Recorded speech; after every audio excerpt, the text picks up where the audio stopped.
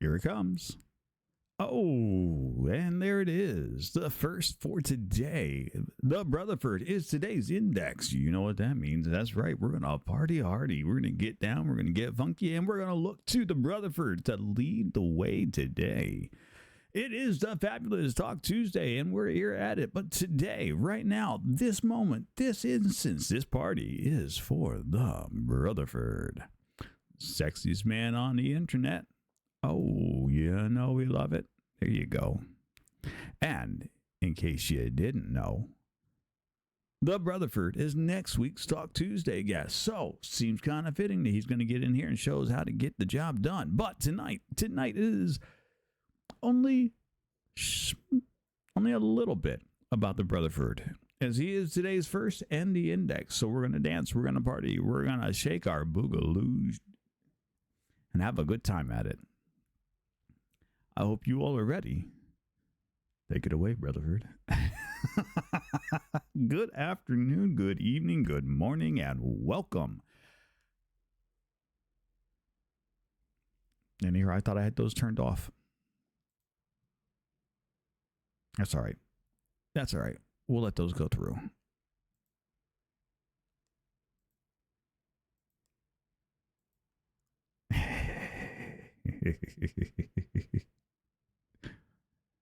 You know, it's fine. It's fine. I will gladly stop for a commercial break from Michelle.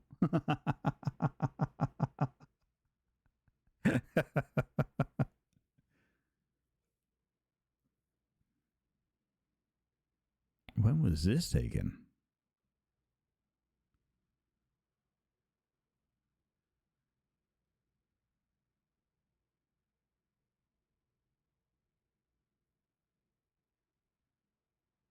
Okay. I have no idea what that one was from. That was a weird one. But that's all right. That's okay. We'll let those two slide on by because you two are fantastic people anyways, and I don't mind. I don't mind. It's one bit. All right. Are we ready? You excited? I know I'm excited. It's another Talk Tuesday. We're back here with some more fantastic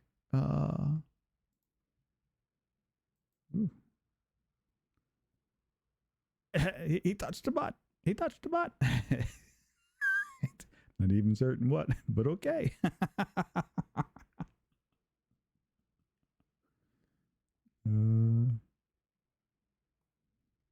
Welcome in. Welcome in. I see. Yeah. Okay. So, anyways, tonight. Oh, what are we doing? Yes, it is Talk Tuesday. Good afternoon. Welcome. I'm sorry. I am like completely distracted. Because on the other screen right now, waiting in the winds for us to hurry up and get this show on the road and for me to stop talking so you guys can start chatting. Is a fantastic special guest. Tonight's special guest is a lovely lady on fire. From her energetic personality to her can-do attitude. In the kitchen, she's a superstar. In Baldur's, she's keeping the mind flayers guessing still to this day. Whether it's a cozy game or shouting things without any shame, she is a fantastic on top of her game. With her co-star, a sleepy little dog, she entertains us with instructions, epic gameplay, and tons, and I mean tons, of chaotic laughter. She's always a bundle of fire, and tonight she's our special guest. Here tonight, I'm talking about the one, the only, the fabulously beautiful, and always, that's right, Miss G. Frankie. Are we ready? Here she is. Hello, Miss Frankie. Welcome. Hello. Welcome to Talk Tuesday. Now, if I can find the scene button, we'll get your lovely... Ah, there she is. Professional streamers. Hi. Oh, look, there I am. Hi. We get it done. Cult wife, right? Now. Hello, Swifty. Cult wife. I see Daniel. Who else? We have a lot of friends. Yes, Rutherford's in there. We have Daniel. Oh, yes. And there's going to be more as we continue tonight out, as we do. So, in traditional Talk Tuesday fashion, right? You know, we ask you questions. You might ask Mm-hmm. us a few questions, but mostly it's just a gentle conversation where the chat gets to learn all about your deep, dark inner secrets. They are ready Oh, to plumb the depths that is the G Frankie. But at God, any point in time, how long is this show? Because I don't know how deep you guys can actually, how long we can actually be here, man. Like, I'm gonna have to go to bed at some point tonight because Peanut's got school tomorrow, man. Is this a uh, week-long show? Because I think that's no, how long it no, would take. no, we're. Oh, Marky Moo, hi. We were just talking about your co-star. Yeah, We were. hi. No, so it is typical around here, right? So the questions get asked on all kinds of different questions get asked, and it's entirely up to you which questions that you feel can be answered. So if any Mm-hmm. point in time you don't feel comfortable with a question that's being asked, you are absolutely welcome to decline answering that. Okay, We dope. have some standardized questions that we start with every Talk Tuesday. That's just to get the ball rolling, make certain we're all on board and moving forward. I Do I look good? Okay, thank you. Come on. We already have a few questions starting to roll in already. So this is going to be Beautiful. fun. This is going to be fantastic. Yeah. This is going to be another wonderful Talk Tuesday. There he and goes. I'm just going to laugh the majority of Talk Tuesdays because I think that's all more I come around here to do is read off the questions and then laugh like a madman. Um, Listen, I'm down. You know I love a good laugh. I've been so identified by my laugh across base, man. I'm it's a thing. It happens. All right. So we typically start off with two questions, and so we'll get you let off with those because I suspect the first one's probably going to be a real quick, easy one, and then the second Mm-hmm. one you'll probably have a little bit more detail for us. But that's typically is we start off with where does the name G Frankie come from? Like, how did you settle on that particular name? And I imagine that one's probably not going to be as involved as the usual. The follow up question to that is, and what is it that got you started into streaming? What was the impetus for G Frankie turning stream on and going, I'm here to entertain y'all? Look out, world! Here comes G So Frankie. so as anybody who has come to my streams knows, I'm not creative with names. Mm-hmm. I'm not. Frankie is literally what I go by IRL. Um, and I just be saying shit. And so a lot of times it kind of gives that vibe of, oh, geez, Frankie. And so I was like, you know what? Let's just, because there's some of my stuff that's like Frankie G's or G Frankie. And I was like, let's just keep it short. Like, it's already, let's just keep it G Frankie. So It's not just very creative. Just no. like, I think that's extremely creative. What you've done is you've shortcutted everything for everybody because everybody can go now. Oh, gee, Frankie. I mean, but I feel like the name gives the vibe because you really don't know what the fuck is going to come out of my mouth.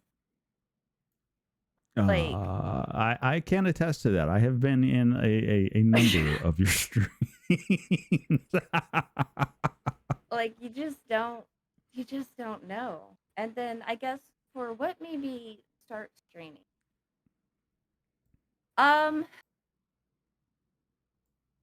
well, how do I start this story? Because I go on tangents, as most people know. At And the if you don't beginning, know, then you get to the middle, and then there's the end. And yes, but like most of my stories, there are a lot of contributing factors that are interlaced. All right, so let's see. I had been medically retired from the Marine Corps back in 2017. My mom and little brother used to live with my daughter and I, and my little brother actually started the journey of me getting back into gaming. Um, I was a big gamer as a kid. I had an original Nintendo. My older cousins had Ataris. Um, my other older cousins had the activity pad with the Nintendo where you could play like the sport and field on there. Oh, the old track and Um, field games. Yeah, I remember those. yeah, the old track and field game. And First, when I and first was introduced to track and field, it wasn't called track and field. It was called something else, and it was on the Commodore. So nice, right? And so but like once I had moved out on my own, I just didn't have time for like gaming anymore. Like it was one of those things of there was just, time is limited and something had to be let go. And gaming was one of the things that got let go because, back then gaming couldn't pay the bills. There was no live streaming back in there because I'm a little bit older. I have good genetics. I don't look it, but you know. you don't Um look a day over 25. I mean, for the longest for the longest time, no one believes until they see Peanut uh, that I have a 16-year-old daughter. So anytime I talk about Peanut, they always think she's like in elementary school or maybe middle school at the oldest. And they're like, "How old are you?" And I'm like, "Don't worry about it." And I'm like, "You'll never guess. It's fine." It's fine. It's Um, fine. it's fine. Um, but No, so I'm sorry. and then the Your Marine Corps. the references that you get that I was initially dropping gave away your age long before anything else did. Oh yeah, well that and like I also have like a lot older references too because I like older movies as well as like older music. Like I have I'm a multi-passionate person. We'll just call it that. I'm a multi-passionate person. So anywho, Marine Corps happened and then so for like 12 years of my life, I had no time for anything because then I was like a single mom in the Marine Corps. So very little gaming unless it was like at a party, friends or whatever. Uh, but then whenever my mom and my little brother moved in with my daughter and I out here, um, he watched a lot of YouTube and a lot of YouTube gaming, a lot of Minecraft, and I wanted to understand because as a parent and as a parental figure, because my I'm the oldest of seven, and my youngest little brother is almost 19 years younger than me. So, um, so as like a guardian type figure, I wanted to know, what is it? I want make sure monitoring, what the kids are watching, so it's safe and also, because I care about what they care about, Right. and and so I wanted to be able to engage with them and have conversations about it. So that started like reigniting my love for gaming again, and through that, I discovered Twitch by watching a uh, matter of fact, the first person I subscribed to on Twitch or followed, Zine, he did does Minecraft with like Captain Sparkles. Mm-hmm. Ended up getting introduced to one of his streamer friends who did something completely different, did more of a like podcast type talk show on Twitch, and I got just introduced and I was like I was freshly out of the Marine Corps, no longer working all of the crazy hours. I was starting school, but I didn't have a creative outlet. And I didn't know how I was going to fill that creative outlet. And Twitch became the answer for that. Twitch became my creative outlet. I don't do Twitch to pay the bills. It's my happy place. It's where I share shit that I love. Um, And through the past couple years, it's been everything from me doing my homework on stream because I figured out a way to convince my professor. I pitched an idea to, you know, be able to apply whatever we've learned to a video game, and I can, record that and turn that into my professor. Um, like Nice. like anything from like in art history we had to art history because I was doing intro to African art, um she wanted us to meld styles or give representation, just make a an original piece inspired Mm-hmm. by the what we had learned up until that point. And so I was like, well, she's about to get a fucking video of me building up a goddamn pyramid in Minecraft, bitch. And and that's what I did. And so that's what I did. I blended Egyptian and Nubian style pyramid, and like with any project that I do, I bite off more than I can chew. I make especially a build, I end up building way bigger than what I need to build because I like to put in details, and just thinking of the scaling in Minecraft, I usually build too big. Um, I thought that because I took the IRL dimensions of the Egyptian pyramid, and I was like, because I'm like, oh, that's perfect. It's exactly this meters. That's an easy ratio to fucking scale down. That's perfect. And sir, he is just back there doing the most right now. And I want to so, be like, interviewed my too, dumbass, Mom. yeah, right. His answer to everything would be, "You give me pets now." That would be pets or treats. That would be his answer to everything. I can see. But yeah, so I ended up scaling down. I was like, oh yeah, I was like half scale of how big that is will be fine. Not actually thinking of the numbers. I'm just thinking, oh, if I cut it down to half, it's Yeah, that'll be easy enough. And then there I am building a 250 by 250 meter or block, Egyptian pyramid live on stream in Minecraft. And it took me 48 hours of, to be able to build the shell of it. But, that's what I do I love scary games. Scary games is what I did whenever I wasn't doing homework, crafts.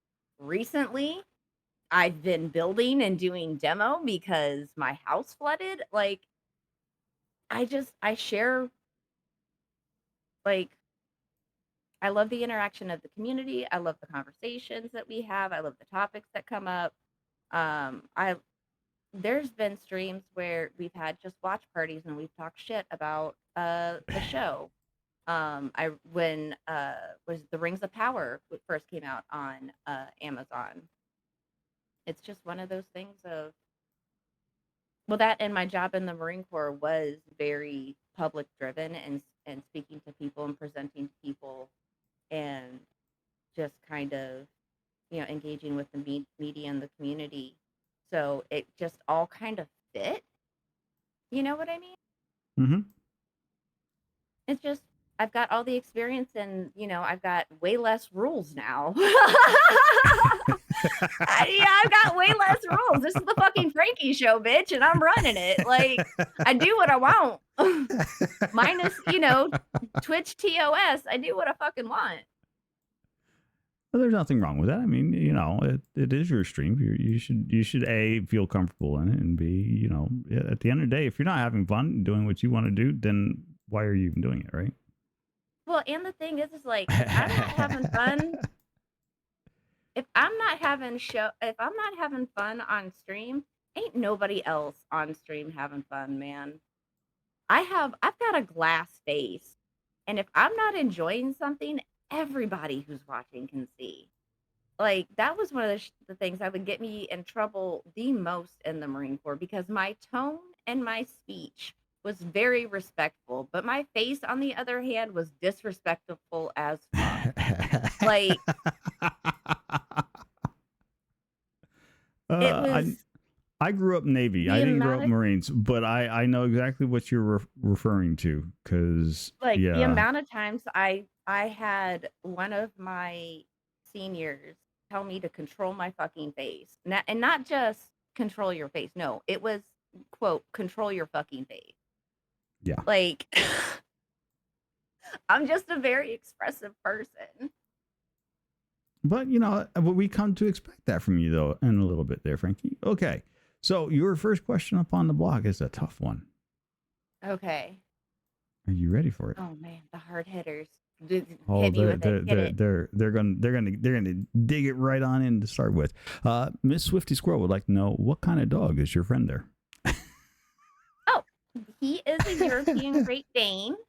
We rescued him right before the pandemic. That might have been a result of a bipolar 2 hypomania decision, but don't worry about that. Don't worry about that. It'll be fine. It's fine. It's fine. It worked out. She knows what she's doing, right? We hope. Of course she does. Yeah, all the time. See, exactly. 100%. Totally under control. Oh god. No regrets whatsoever. Actually, no regrets. Like, and once the reality of the fact that, because I had he's my second Great Dane. Now, did you get him full size like that, or was he a little puppy and then he grew into the big dog that basically takes up half your screen? He was almost grown.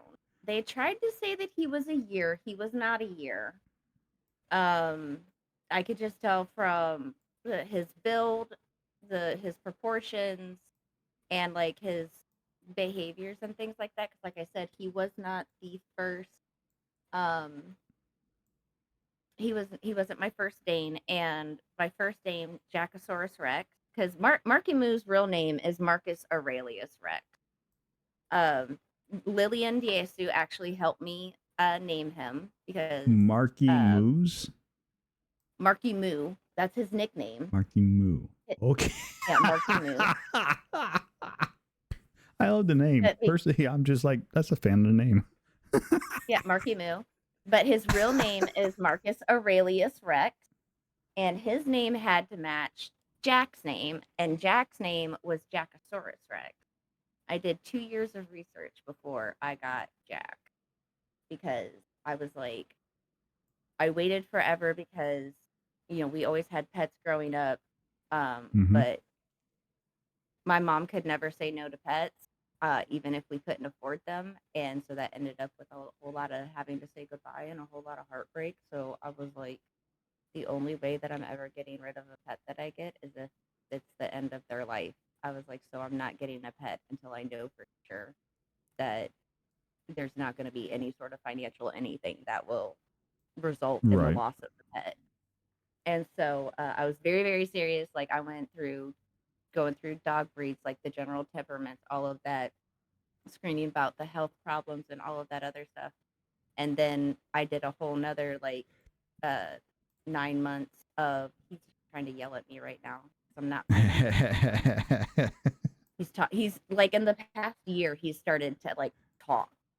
Jack used to talk all the time. And I think now that he doesn't have, the past couple years since Jack passed, since like Jack doesn't speak for them anymore, he's started talking.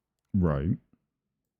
But yeah, so I did all sorts of research, and like I said, we had pets all growing up, and so I know the different stages of animals. I have experience with like animal husbandry and stuff like that from school. So I'm kind of knowledgeable on stuff. Definitely not an expert, but I know enough to get around.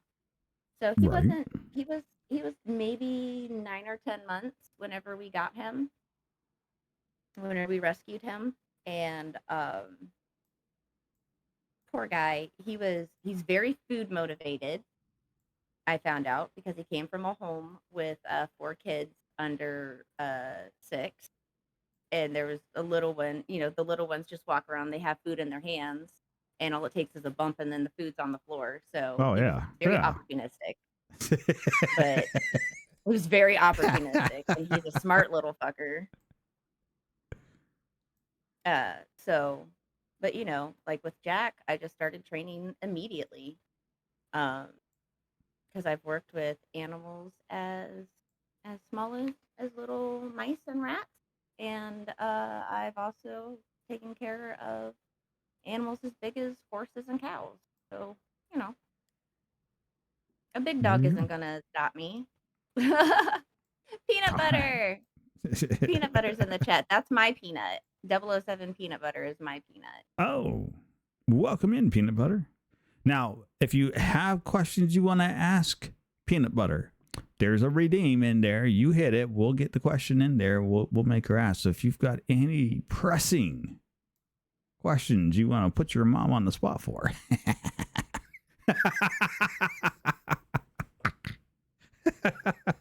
See, you laugh, but I've raised her, and I know she knows better. That's all right. We'll take embarrassing stories too. It's fine.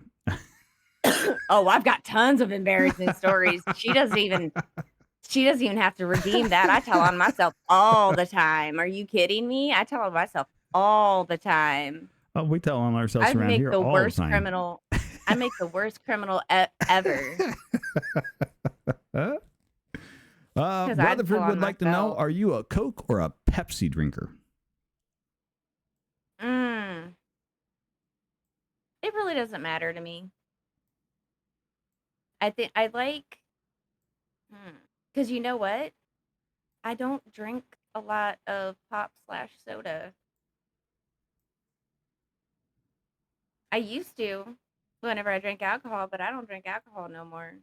So I'll have like root beer every now and then.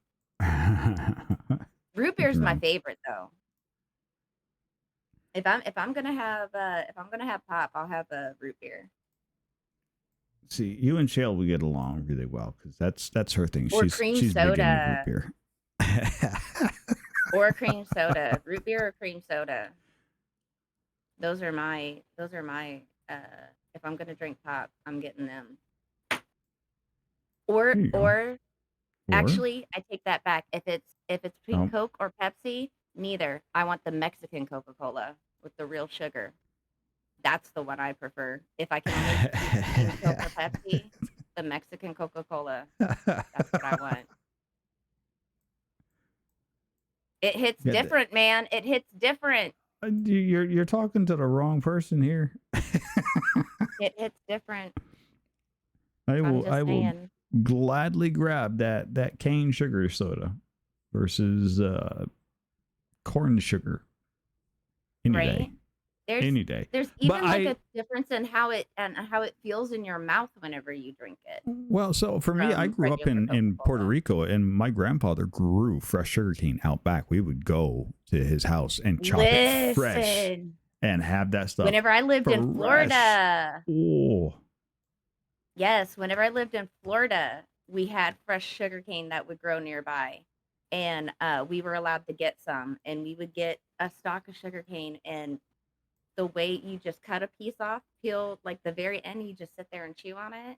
Yeah. Shut up. Shut up. I know exactly what the fuck you're talking about. You just brought back memories from my childhood. You just brought flashbacks of my childhood, me running around barefoot in fucking Florida, chewing on some fucking sugarcane like a heathen. Well, that's what we did in Puerto Rico. We ran around barefoot as little heathens with big old handfuls of these big take those things and split them in half, and you'd run around with half of the sugar cane in one hand, the other half in the other hand, like heathen, beating each other up with the things and chomping on them. Listen, the way I would get in trouble for every time it rained and I would come home covered in mud because we would play in the puddles because the neighborhood that I lived in, we lived back and it was the dirt road, and so it was like it was that more like clay type dirt, and so we would the puddles, and then we could like make little shit in the mud, and nobody came back through there. And my mom was like, "You guys cannot be playing in the puddle." She's like, "It's in the road, just out there wild and free, 8 years old, not a care in the world." I wouldn't know anything at all about that. Not a bit. I don't know what you're talking about. Not a care in the world. Just out exploring. I remember as 10, 11 years old, we were up in Connecticut, and we had a woods right just around the corner from us, and going out there with the all of our friends back in the day, just running rampant through the woods, coming home missing a shoe because you stepped in the wrong part and the mud slurped it Oh, off your feet. oh no, no, you, no, no. you have to go home and explain that one to your parents. Nope, nope, because that happened once. And come hell or high water, all my shoes came back with me the next time. Listen, You if used to get I in was not coming so back much with both trouble. of my shoes, I was not coming back at all. You understand me? I'm not going back home missing a shoe. Are you kidding me? Have you lost your mind? Absolutely not. You've seen what Absolutely my dad. not. So okay, so you grew up you were in the military. Did you grow up military? Was military always a factor in your life, or was that something you did after like high school or something like that? My first stepfather was in the Air Force. That was from like I think I was 2 until I was like maybe 5, and that's where one of the states and 2 of the countries that I lived in before I joined the Marine Corps came from. And then after that, my mom just thought we were nomads and we just bounced all around the country. There's nothing wrong. I get itchy after a few years in the same area. I get itchy. I'm like, okay, it's time to start looking into to move. San Diego is actually the place that I have lived the longest my entire life. And I'm not from here. Didn't start out I there. was born out on nope, I did not. I started out all the way out over on the East Coast. Well, not on the East Coast, but on the eastern side of the country. There you go. There you go. And San Diego is where I've lived the longest, both accumulatively and consecutively. Nice. Miss Toasty Bats would like to know, what's your favorite color? Oh Lord. Favorite? Yep. I don't know if I see everybody always asks what the favorite colors and everybody always assumes red. I do like red, but see my thing is that I See, like a certain type of colors. I that's the like thing. We don't make dual tone assumptions colors, around here. We're here asking the questions because we don't know the answers. right? Because I do have a lot of red stuff, but my thing is that I like a lot of colors. She says a color But you I like gravitate the towards. dual tone. That's just it. My hair is red. Well, the colors that it is now because it goes really well with my skin tone.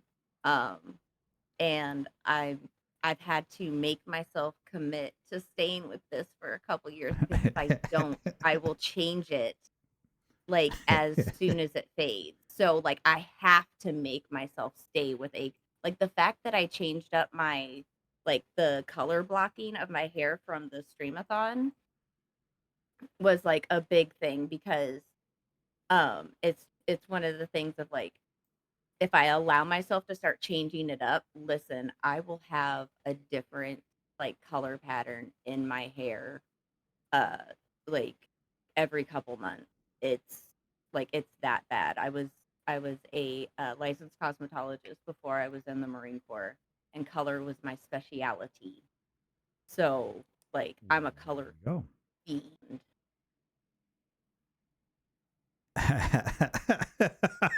So a favorite color, I could not give you a favorite color. So like A they a expanded on it, favorite, right? So if you were given an option like a game piece color, right? Imma take whatever's left. I like jewel tones. That's the closest thing that you're gonna end up getting from me is that I like jewel tones. I like the ruby reds. I like the really rich, like, deep plums.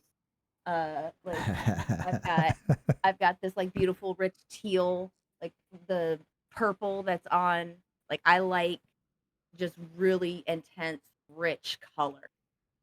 Um, So and that's the about as the close the as you're brighter, gonna more get for it. vibrant it is, the more you would gravitate towards it. Then.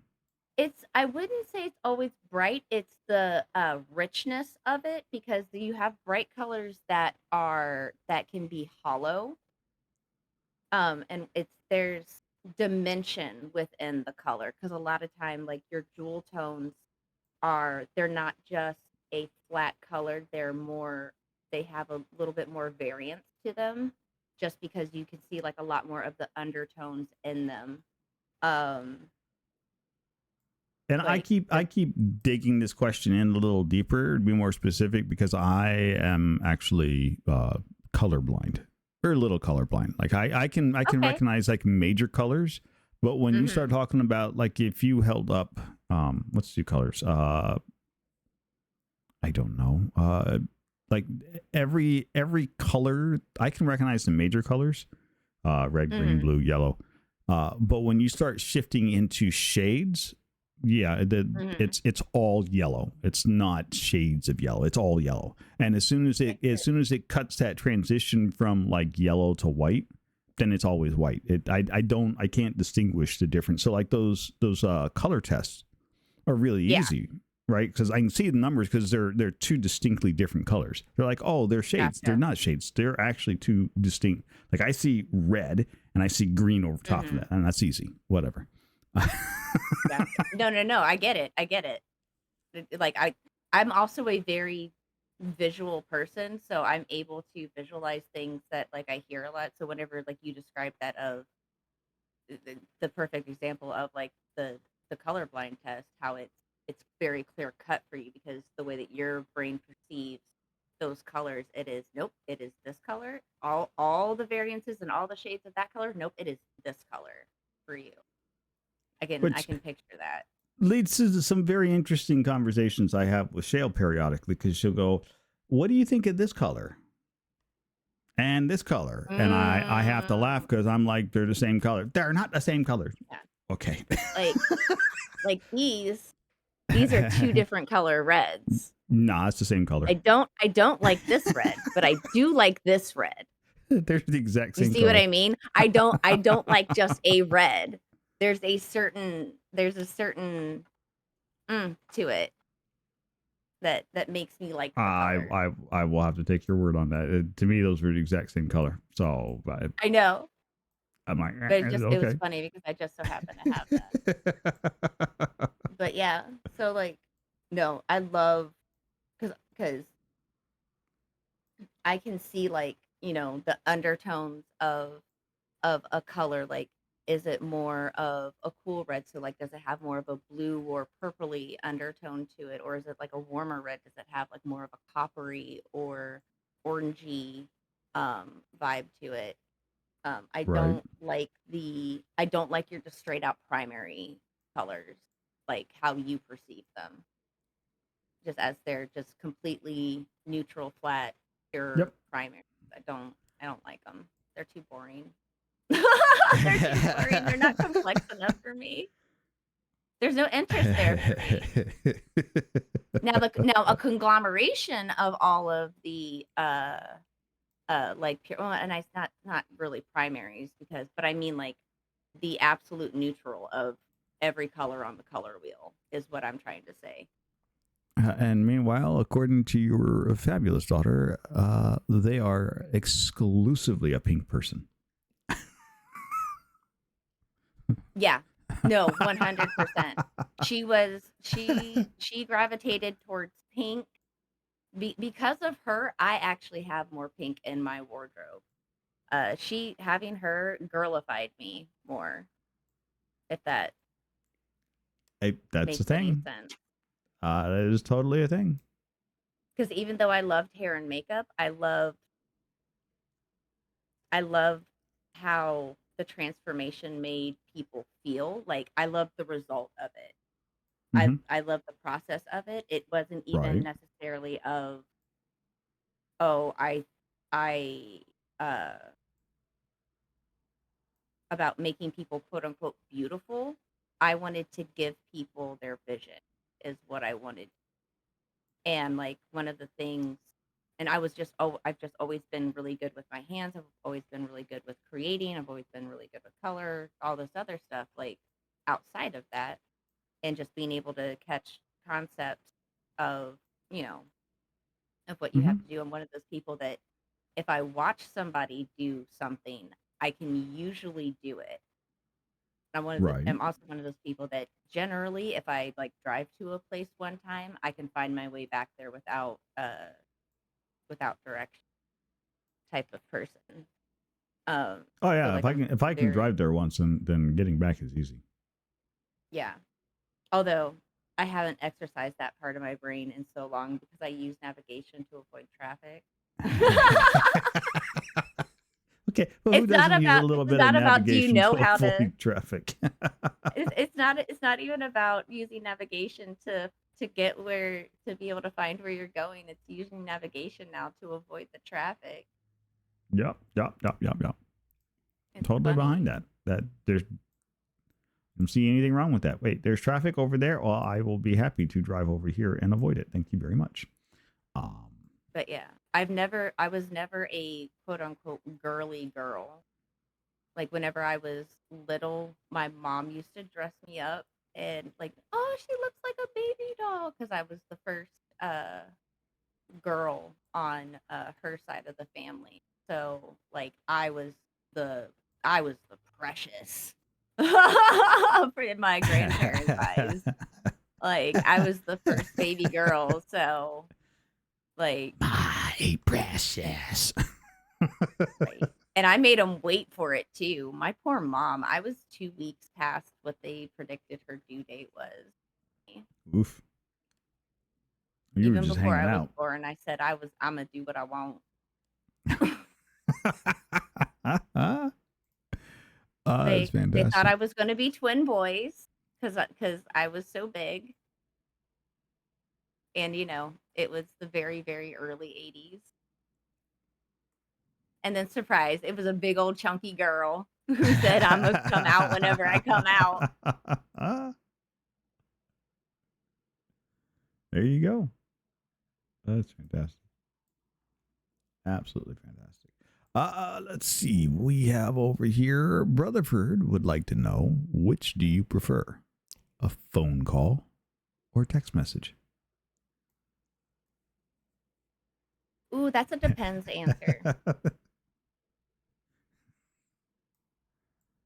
If it is a if it's a information based communication, just fucking text me. Just text me. Don't call me. If it's a if it's like an emotional thing, call me. I don't want to have to sit there and text and then like be in suspense. Like obviously, if you can't call, I'm going to sit there and be and text with you.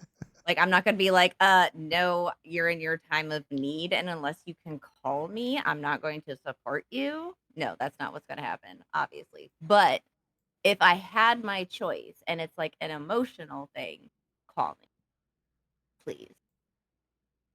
Pretty. I don't want to try and decipher feelings via text.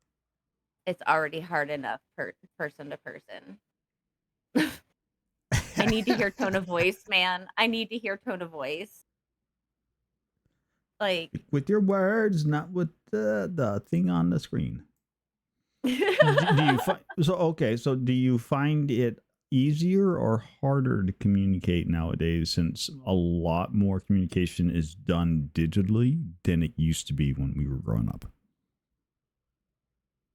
actually no. And I think it's because of my job in the Marine Corps and what I had to be able to accomplish. And cuz God, whenever especially with as much as I moved, like cuz ended up going to 13 different schools. We moved so much. Like I lived in 5 states and 2 other countries before I joined the Marine Corps. And so like I don't have any like early childhood friends because you lost touch. Like you literally Oh like yeah. lost touch. And like because with as much as we moved and like God, I still remember like landlines, like unless it was a night or weekend, you're not making phone calls. And I'm not talking even just on cell phones. No, I'm talking about on a fucking landline. Unless it is a night or weekend, don't you dare touch that phone unless you're calling fucking 911. Do you understand me? Like, don't you fucking dare. Like, like, You better have a so damn good reason beyond that phone, boy. my God, like absolutely not. And the only phone in the house was the one in the kitchen. Don't Yep. you dare, unless But it's that's the the one that fucking had like the breakfast 30-foot thing. cable on it too, because you could Bitch, walk that thing yes, out to the through front the porch. entire apartment, through the entire apartment, bitch, into my bedroom, into the living room, into the dining room, down the you hall a little bit. you want to know who was on the Listen. phone? Just go to the base and follow where the cord went. Sitting there twirling that fucking phone cord, getting it all tangled and then untangling it as you're talking. Just That thing was stretched all out by time. Oh my word. listen, whenever we were fancy and we lived in a duplex and there were two different levels and there were two phones in the house, bitch, shut up. Shut up. My mom had a phone in her room and we had the kitchen phone. Shut up. We were so fucking Provided that they were fancy. separate phones now. No, yeah. Well, no, not separate phone lines. It was the same phone line. See, But there we was had one two time. phones There though. was one But we time had we two had phones two though. phones and two separate phone lines. Let me tell you what. Oh, You never couldn't ever. find a free line. Not never ever. Never ever. Not even with my dad who had a job with the fucking city and actually had internet and a computer. Like he didn't even have two fucking lines in the house. Like it was a no, I'm expecting a call here within the next couple hours. You got to get off the internet. You got to get off the internet. We're expecting I'm waiting for a call. You need to get off the internet. I told them to call between this time. Oh, yes, scheduling phones. Mhm. Mhm.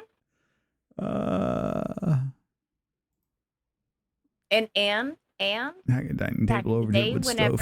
whenever you would call and nobody was home and they didn't have an answering machine, then you just didn't get a hold of them, man. You just didn't know until they eventually got back to you. We just lived our lives in a state of I don't fucking know until I know. And now I called. we can reach out to anybody. We'll see. I called them. I don't know. We're waiting to see if they respond back. Yeah. Right? That was a time. The Swifty says her folks never let theirs go further than the kitchen lengthwise. Used to drag a dining chair over to the wood stove. The phone was over the wood box if they wanted to sit and talk. Oh yeah, no. My mom, listen, she if I was on the phone, that meant I was not bugging her on the weekend. See, like so if the weather was bad, because my poor mom, she worked so hard and she worked so many jobs. She's a single mom. And like the weekend was like her only reprieve to be able to get rest and like actually like catch up because there was a long time that we didn't have a car whenever we lived in Ohio and my mom's work was 5 miles away and she walked 5 miles like even in the winter whenever the snow was shitty and like school was closed, the factory wasn't. Right.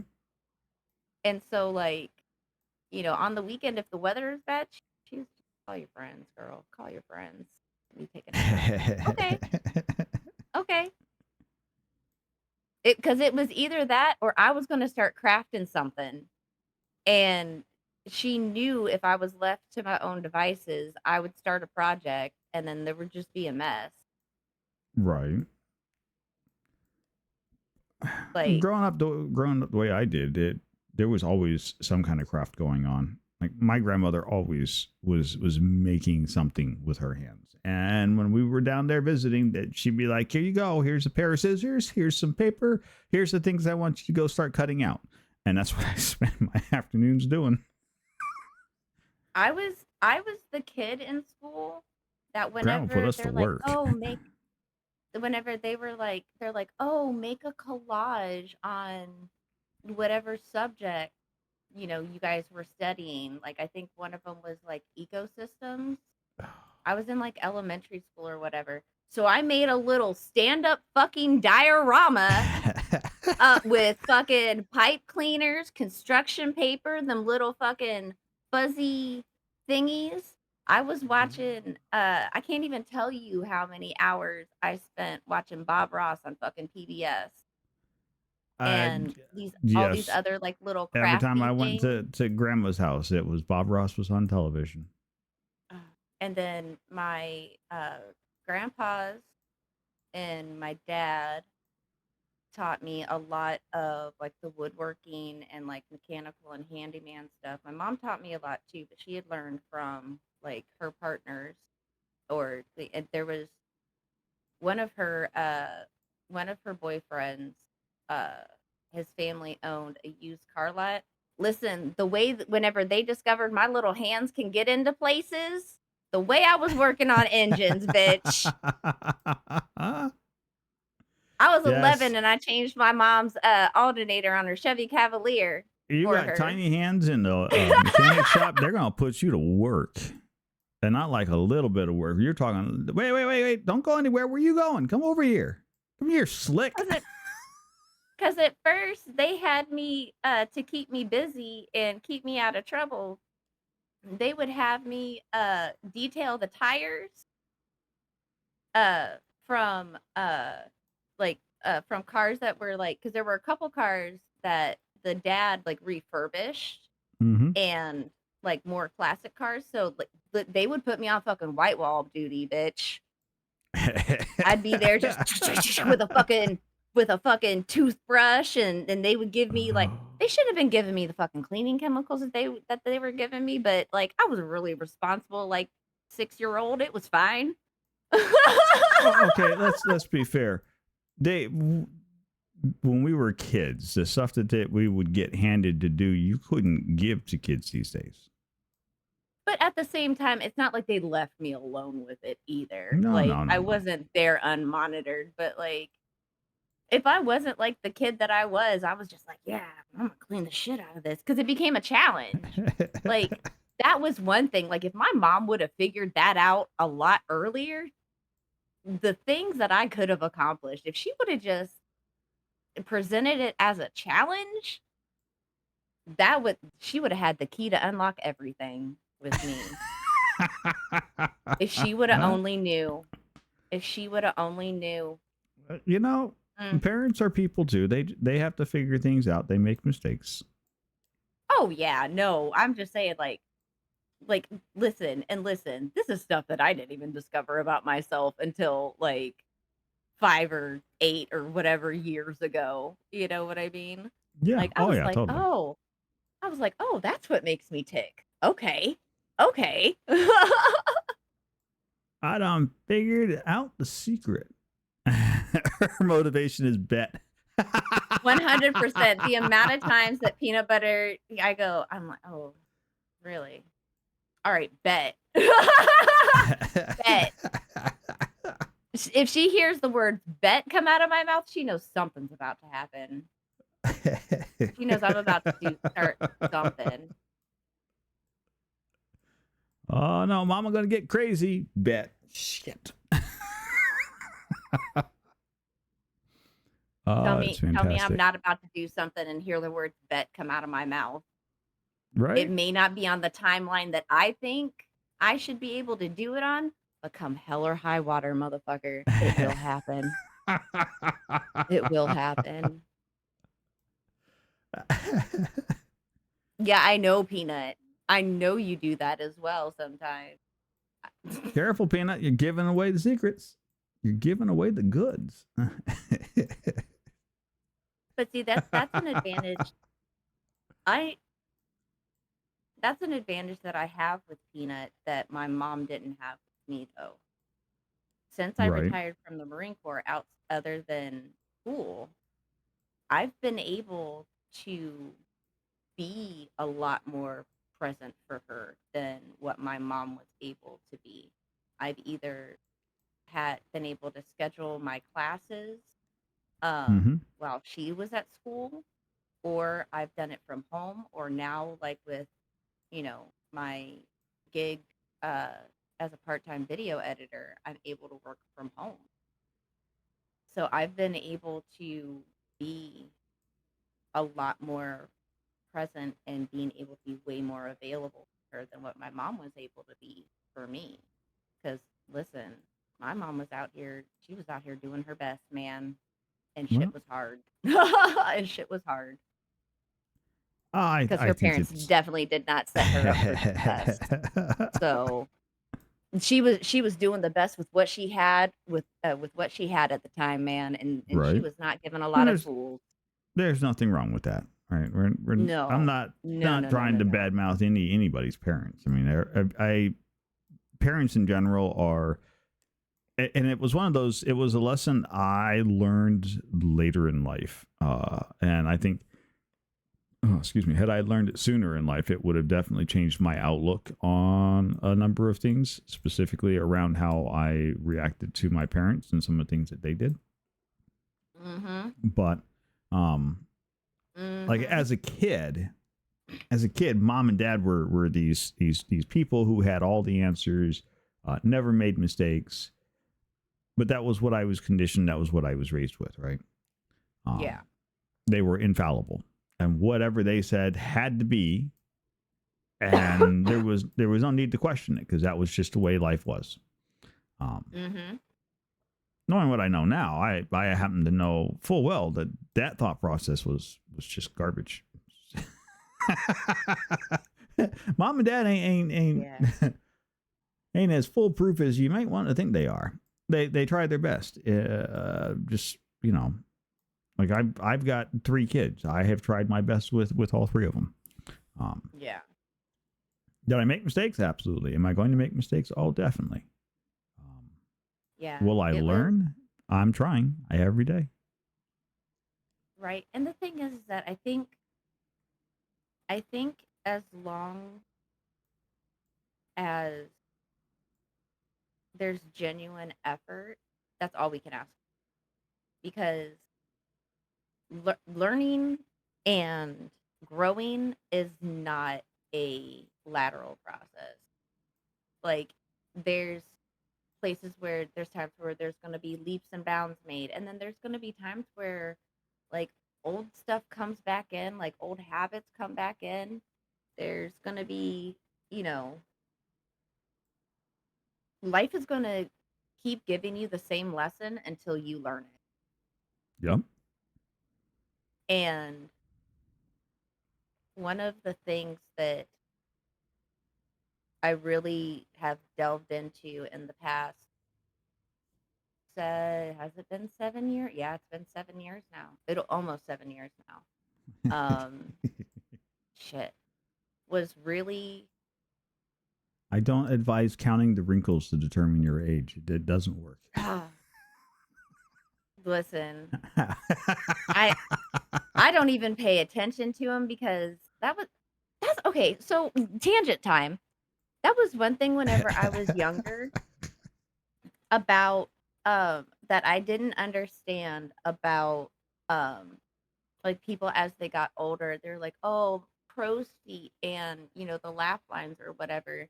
And like to a point I kind of got it because it's different, right? It's a change.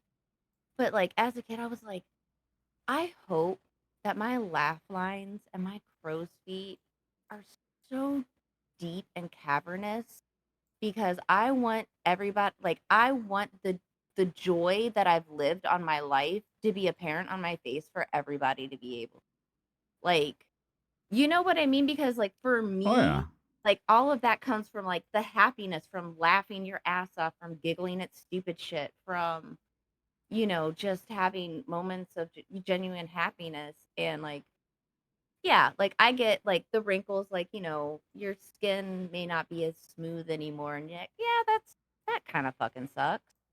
But at the same time, I don't know, it just kinda makes the present that much sweeter to me. Hmm. Don't look at me. I spend majority of my day laughing like a crazy man. Um, Listen, I cackle like a fucking maniac, so, like, I can't, my poor child, and the way that she's under constant threat of ambush, of me singing a weird song at the top of my lungs, suddenly breaking into some, like, performative fucking dance, quoting some weird meme, or just, like, doing some random fucking pantomime as I'm telling a story. Like, the poor thing, like, just doesn't know when it's gonna happen, where it's gonna happen. I don't know, okay? Like, just know that everybody in the house here is kind of a victim of it because there's times I'll do it and I'll feel like, "What the fuck is wrong with me?" And I'll just walk off. I promise, Peanut, Yeah, it doesn't get better. well, and the thing is that, like, the poor thing for, like, the first 10 years of her life, like, especially once she got older, and because I had gone up through the ranks in the Marines, I was taking on more responsibilities and taking on harder jobs and stuff. I came home with increasingly less and less and less energy.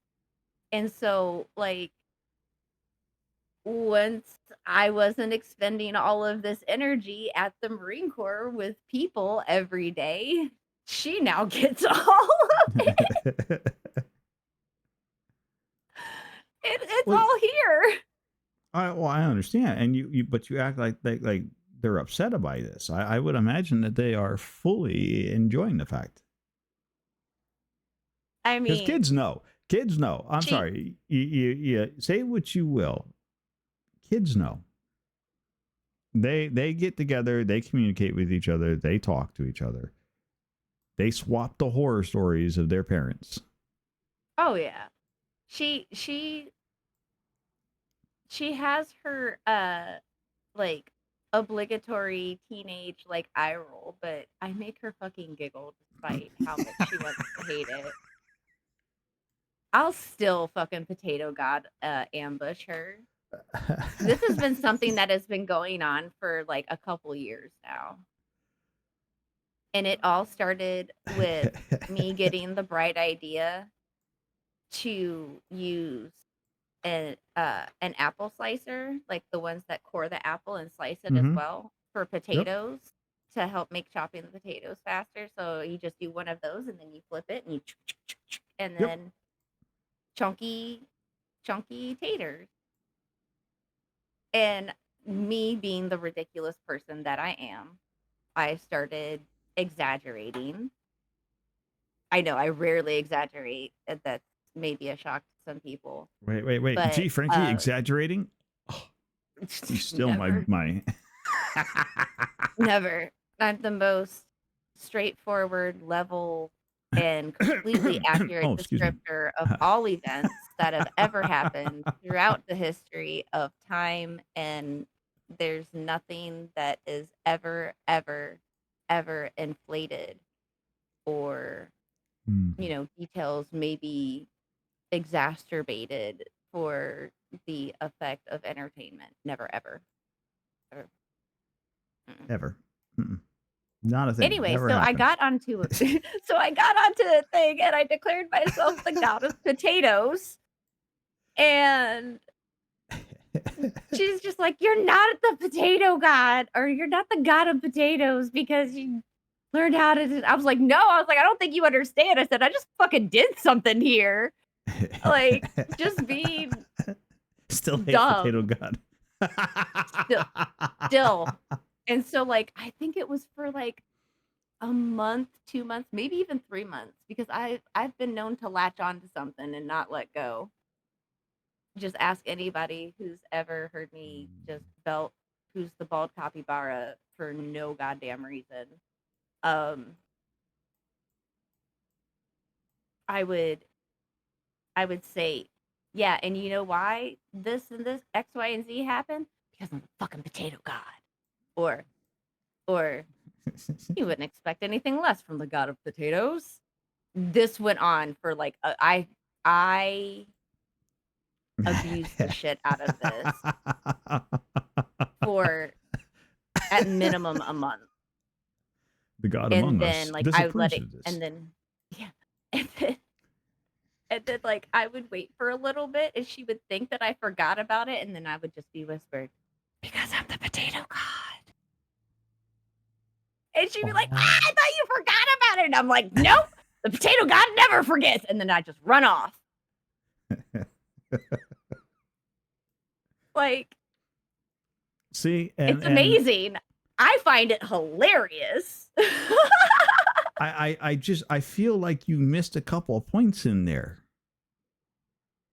right? Because What do you mean? you could have totally been like, and you're welcome for all this starchy goodness. Oh, sir, I'm giving you the highly abbreviated version. The highly abbreviated version. The amount of puns, like, I will share stupid puns with her all of the time. Oh, go for it. All We're down for the time. stupid puns. You don't understand, Peanut, right? Around here, everybody has to listen to the Nori dad jokes. Oh, Like yeah. I drop those left, right, and central. The bad puns, Oh, I the have worse they never are. heard. All the better they are. Okay, Who are so you talking about? so they can't be mediocre puns. They have to be either horrible or brilliant. You can't come in with some mid puns. They either have to be just garbage puns or they are Yep. brilliant. There is no in between. I can't Yes. I can't. They have You to be got it. either so bad they're good Yep. or they're just brilliant. That's right. They got to be like borderline. Somebody is groaning if they heard that. Like that Oh joke, yeah. whatever it was, has just Oh killed yeah. somebody's baby because it was that bad. Like like Sign me up. there's something like obviously like when it's in a joking manner, like If Peanut you're will not be talking listening to the about joke and going, you need help because you're laughing like like a Peanut maniac and everybody else is like, oh God. Yeah, no. right. Like and the louder they groan, the harder I laugh too. Like, Amen. oh, it's so good. Like there was some I can't even remember because I've done it so many times. There's like a horror movie or scary game plot like Peanut was talking about, and at like the end of it, she's like, "It's crazy." I was like, "Yeah," I said, "It reminds me of the time I was camping," and she's like, "Huh?" And I was like, "It was all so intense." She's just like, "Ah!" And I'm like, "Yes! It gives me life. It gives me life." You should you should do some more played up with Zoda and me. Oh, we need to so bad. But uh, listen, between I had to change my whole streaming schedule because of the insanity of putting the house on the market. oh, And now my you and missed now our my latest streaming endeavor. schedule is even more in shambles because of the flooding. And so like I've I've missed all my friends. I haven't been able to stream with like any of my like normal people. Like me, Daniel, and Lillian haven't been on a single fucking game in months and months and months. Like It's such a good time to listen to you three had just go at it. That Oh, is always a good time. No, and it's so funny because we started doing with spaghetti Daniel. last time. Yeah, and Oh, it wasn't just any spaghetti. No. It was sink spaghetti. So we yep, so yep. we No, opened no, the no, no, shop. no. It's a relative of sink toast. I know sink spaghetti. Yeah, I'm No, very no, no, familiar with yep, that yeah, no, but recipe. the storefront, we opened our very own Italian restaurant, Da Spasinki.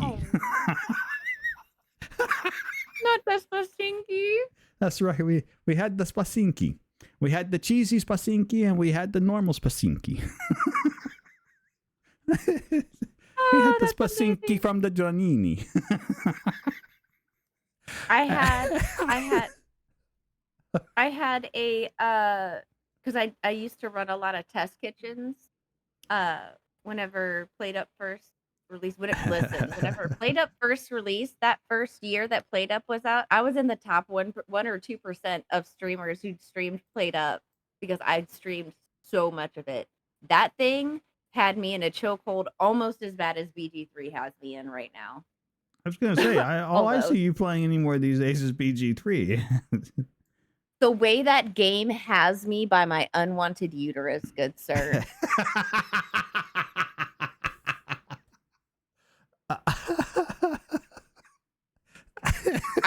That game fucking, and it will not let go. But the thing is I don't want it to either. I am still loving the ever loving fuck out of that goddamn game. I have what is that? Stockholm syndrome now from fucking BG3. You understand me? Like I pushed to the part where I was like, man, it's so overwhelming. God, there's so much, and just to like go through all of that again. Like I got to a certain point and I was like, nah, I'm fucking stuck now. God damn it. God damn it. They locked me in. It was crazy. But yeah, no, I used to run it's test good kitchens times. to try and figure out like the most efficient like automation and like see if we have like the most efficient automation for like the random menus that come up. Like if you had Oh, perfect I automation know. with what you're That's where given. I ran into you at was you were That's doing right. Played It Up. When I first started interacting with you, you were big into the Plated Up automation, and I stopped to sit there and stare because I was like, wait, you can actually automate in this Mm-hmm. kitchen cooking game. Mm-hmm. I may have to stop and actually, put some brain cells into this for just a few moments, not Listen, disregard getting it that just because. automation getting that automation and just watching it all go, it makes all them serotonins go, bzz, bzz, bzz, bzz, bzz, Yep. all of it. Well, I play Minecraft, right? But the things that I do in Mhm. Minecraft are very extremely detailed and technical orientated because I like to make the giant machine that Yeah. takes one thing at the start and turns it into a million other things at the other end of it. Like, See, I can't do those ones mm-hmm. because I'll get into like analysis paralysis. But whenever I have limitations and like left and right lateral limits, like, hey, this is all you have to work with, and this is all the space that you have to do, bitch, I thrive in that. Ooh, I thrive in that. Oh, it makes my brain go buzz so well. Anything, Yeah, anything bigger. there's a Oh, game go ahead, called honey. I'm sorry. Satisfactory. No, you're fine. I was gonna say there's a game called Satisfactory. I cannot play that game. I I will can't never either. play anything else because I will just get obsessed with it. I will lose my Mm. marriage. I will. I'm not talking like a little obsessed. I'm like I will work, eat, sleep, and that game and that's it. Like you will Well, never hear from me again. okay, so I like watching people do Satisfactory. There's someone that I followed for quite a while, Meza.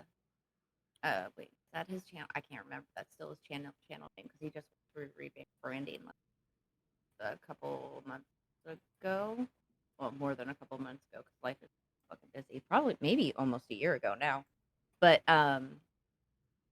he does the things like Ark and Satisfactory and Minecraft and like building like the big machines Mm-hmm. and all of this other stuff. And like I learn like with Ark and Satisfactory, I just watch the process. I'm not taking any of it in. I'm just like, wow, you did that, man.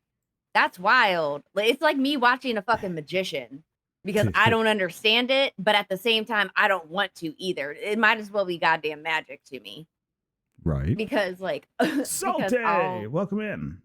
salty because because like I said, with stuff on that big of a scope, I'll go into analysis paralysis where Mm-hmm. like I'll literally need to go and in order for me to be able to move forward, I then need spreadsheets. Like I'm that type of person because I like to be so detail oriented. I can't do those types of games. I think this Like is one of they two destroy headsets that me. she wears.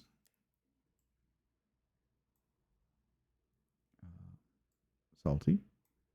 Salty was Love my commenting headset. on Oh, thank she you. loves your headsets. Thank you. This headset is Hi, gonna die Sierra. here Thank within a you couple for. months. It's Is been it? so abused, but listen, it was only $30, so I don't give a shit. $30 and it lasted like I think almost 18 months, 2 years. They good. It's fine. They're It's good. fine. Well, yeah, but you know, if they last that long, then I say go for it, right? Right, and Where they've been that? put through the ringer. Oh, I totally have. So I have found a set of headsets that I really enjoy from Amazon. Actually, has them. They're Oneidas. Yeah, Oneidios. It's Onedio. That's what they're called. Oh, okay. But they're Bluetooth. But the thing I like about them is they come with an actual cable that you can plug into your computer. So you can run them on the Bluetooth till it runs out of battery, and then just plug this thing in behind into your your speaker port on your computer, and then keep going about your day. Like, okay, it ran out of juice, no problem. Plug. Okay, and I can still use them. They're comfortable. But the thing I like about them is the fact that the connection piece will also double as a jack for your electric guitars and that sort of thing. So I can hook them up to my electric and jam away that way too and enjoy that. So it's a very useful headset. I really enjoy them, and they're $30. See, my issue is that what I should do is I should have 2 different headsets. One with the Strim, and then another because I'm a weirdo and I have sleep issues. I wear noise canceling headphones at night and play like a playlist or whatever to be able to sleep because I have really severe sleep issues. So what I should do is I should have 2 separate ones, but I don't do that. So unfortunately, if I'm actually I do have 2 different sets, but one set I only wear whenever I'm doing video editing and I have to like really pay attention to the sound or I'm playing a game that I really have to pay attention to the sound to be able to play. Mm-hmm. But they're too heavy and they're too tight. But the audio is so good on them. But they came with the soundboard that I was gifted, and but I can't wear them for long periods of time because they hurt my head. So a lot of times I'll wear the ones that I'm wearing now for streaming. But then I also wear them at night too. So they get like double duty. So, they kind of wear out a lot faster than they normally would, which is my bad. There's nothing wrong with that. There's nothing wrong with that at all. Mr. Zoda would like to know, what is your favorite flavor of ice cream? Chocolate chip cookie dough, hands down, no questions asked. What is it with cookie dough? Why does everybody like cookie dough? Okay, so when I was a kid and the Pillsbury cookie dough first came out, that you could like buy in the store, and it was the already like mixed, and you could do it in the tube.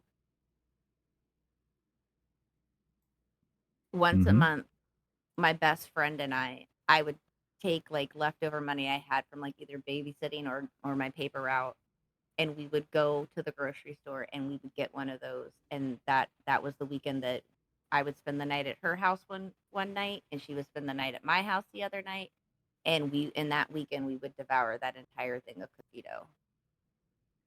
So Yeah, it's a nostalgia thing for me. I say, It's my well, comfort. that's just, there's nothing. Okay, so my issue with cookie dough, I grew up, my grandmother did a lot of cooking and a lot of baking. And my Hmm. mother, by virtue of that, did a lot of baking. My mom was a dessert maniac. Like there was always 2 dozen cookies, some kind of pie, and some kind of cake in the Mm. kitchen all the time. So there was always cookie dough floating around. And I have had cookie dough. I have seen cookie dough. I have tasted raw cookie dough. I can't stand it. I grew up with so much of that sugar and that confectionery stuff in my face all the time. I have like zero That's desire what it for is. any of it. That's what it is. Because I had a diabetic grandparent on both sides of the family. So sweets for were like my whole family baked, but like my grandfather could control his diabetes through his diet, but my grandmother had to take insulin. So at my grandmother's house, like there was zero sugar everything. And Mm-hmm. desserts at their place were only on holidays, and like cuz she baked like a fucking madman. It's just she Right. couldn't, keep it in the house all the time. Mm-hmm. Um so that was very special occasions. And then my who I knew as my grandmother on that was that was married to my grandfather on my mom's side. She died whenever I was young, and whenever my grandfather remarried, it was just she just wasn't a baker. Now I did a lot of baking and stuff like that, but like it was just one of those things of um, we just didn't have a lot of desserts in the house. Mom didn't have that extra time of being able to bake. It was either she was working or she was recovering from working, or doing what Mm-hmm. she could to hurt take care of the house, Yeah. manage the house, or what she had to do. So like I learned how to cook from very young. That was one of the things. Like I was always in the kitchen with the aunties, um, no matter where we lived, because I had adoptive aunties as well. So I was always in the kitchen. And then like, how'd you learn how to cook that? And I was like, well, while you were working, I was, or recovering from work. Because I remember there were days where, um, like especially like during certain seasons, whenever my mom could pick up extra work at the factories or whatever. But Mm-hmm. like so like during the slower seasons, whenever she would actually have like a day off. Like Saturday mornings, like I remember Saturday mornings watching cartoons, and like my mom, like she would get up out of bed, she would we would she would still be like in her pajamas and still like wrapped up in her blanket, and come out, and like that was like our cuddle time was Saturday mornings, so that she could still kind of nap but still like be there with me. Right. Because like Fridays were always their long days. I remember whenever I was younger, whenever we were living at a particular place. So Saturday mornings were like Saturday morning cartoons and cuddles with mom. Well, that's, lovely memories. I mean, that's important. It's nice to be able to But have Peanut and I, memories like that. oh sorry, yeah, but Peanut and I do a lot of baking. That was well, and that was another thing with Peanut. Like she started to learn how to cook early because I was so busy with the Marine Corps. Like I felt like the only uh, quality time I could spend with her, especially whenever she was really young, is that if I had her with me while I was taking care of shit at the house, because I had so little time. So like even whenever she was really young, if she wasn't napping or whatever, and I was taking care of something, I would have like the baby carrier, and so I could have my hands free, and I'd be like chatting with her and talking to her like while I would do stuff and let her see what I was doing. Whenever she was like a toddler, she we would come home from like getting groceries or something, and I would whenever we were at the grocery store, I would like specifically like fill certain bags that were going to be her bags to help with the groceries, like quote unquote help with the groceries. So Right. like really really light stuff, like a couple boxes of cereal, or like just something really light, like Hmm. dry foods or whatever. And like that was like she was my helper. And if I was cooking, like, age appropriate, whenever she was young, I would let her put, cold ingredients into like something cold that I'd already chopped up or whatever. Like, okay, add this. And then like I was doing dishes, and she would have like her own little like baby plate that she would have her snacks on, and she would be cleaning that one dish, man. Like I just involved her in whatever the fuck I had to do around the house so that I could spend time with her and engage with her. Yeah, there's nothing wrong with that. It's good We times. had It Disney. it, it makes good We had bonding a moments. Yeah, we had, what is it? What was it? Like Disney Channel, like Kid Disney or whatever the baby Disney was. I Oh, don't know what the what hell was it was. that? I don't. Yeah, I don't. Like I the only couldn't. reason we had cable was to so that she could have like the like kids Disney Disney Channel. Channel, and no, we didn't need cable for PBS, but like I was very selective about what she was allowed to watch too. So because I didn't want to just sit her in front of the TV and like have her be entertained by the TV. Like I wanted one-on-one time with her, but I also have to juggle fucking getting shit done. House. Well, life is a thing. It happens. It's very real. Cartoon Network. I remember a Oh time yeah, before yeah. Cartoon Network ever existed. God, wasn't like Cartoon Network was called something else before it was Cartoon. No. Cartoon Network Or was literally rolled up Nickelodeon? on No, the scene. Nickelodeon was something that was called something else before. Because like Nickelodeon has Cartoon been Network just kind around. of rolled onto the scene one day, and Yeah, it was there. because Nickelodeon, the original company was like in 1970. 73, I think, but like Nickelodeon as it stands right now is 1999. Or was it 1979 and 90? It was some shit because I remembered it was real close to my birthday.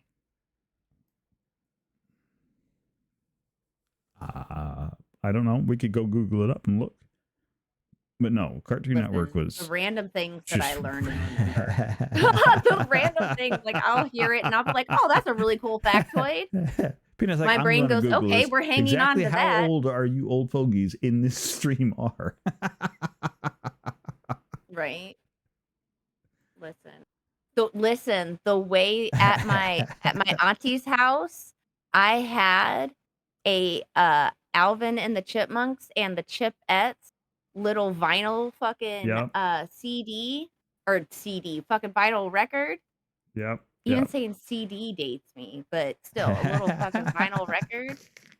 And whenever I was over at her house, because she was watching me, I'd be down there fucking jamming out to Alvin and the Chipettes, fucking just getting it. 1977. It was called Pinwheel. Pinwheel. There we go. Then I think it was 1983 that it was officially turned to Nickelodeon. Because I was like, ooh. I was like, that's right around my birthday.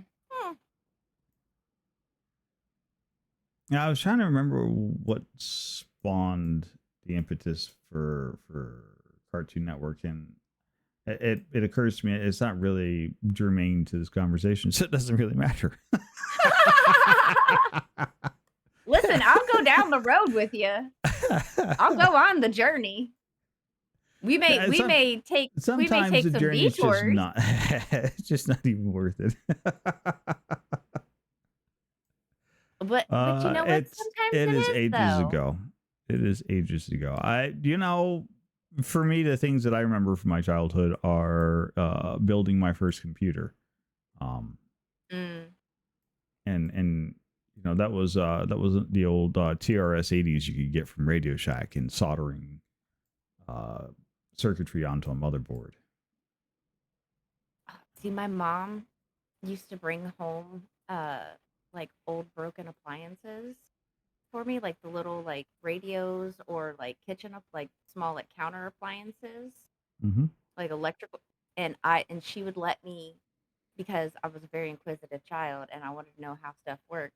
She would every now and then she would find one, or like a friend would like, oh, I got to throw this away. She's like, can I have that? And I'd be like, it's broken. She's like, yeah, I know. It's for the child. And like she would bring it and I would take it apart and like look at all the pieces and stuff. I was a library kid too. I spent Yep. so much time at the library. Yes. Yep. So much time. Were you a Totally get that. dinosaur kid? No. I was a was not dinosaur kid and I was a space kid. I had always been a sci-fi junkie. I was seriously huge into like Isaac Asimov and whatnot. Like I thought computers and that sort of thing were the way of the future, were the way things were going to go. And the more I knew about it, the more prepared I was going to be for when robots were going to be a regular thing. I seriously studied like battle mech schematics from the old when Mech Warrior and whatnot first came out way back, and they were still when it was originally just a pen and paper and a dice game like D&D. Like I had all of the big full-size blueprints, and I had memorized all of the various different components of every freaking robot, giant mech warrior or armor that you could get to, their specs and firing rates, and yeah.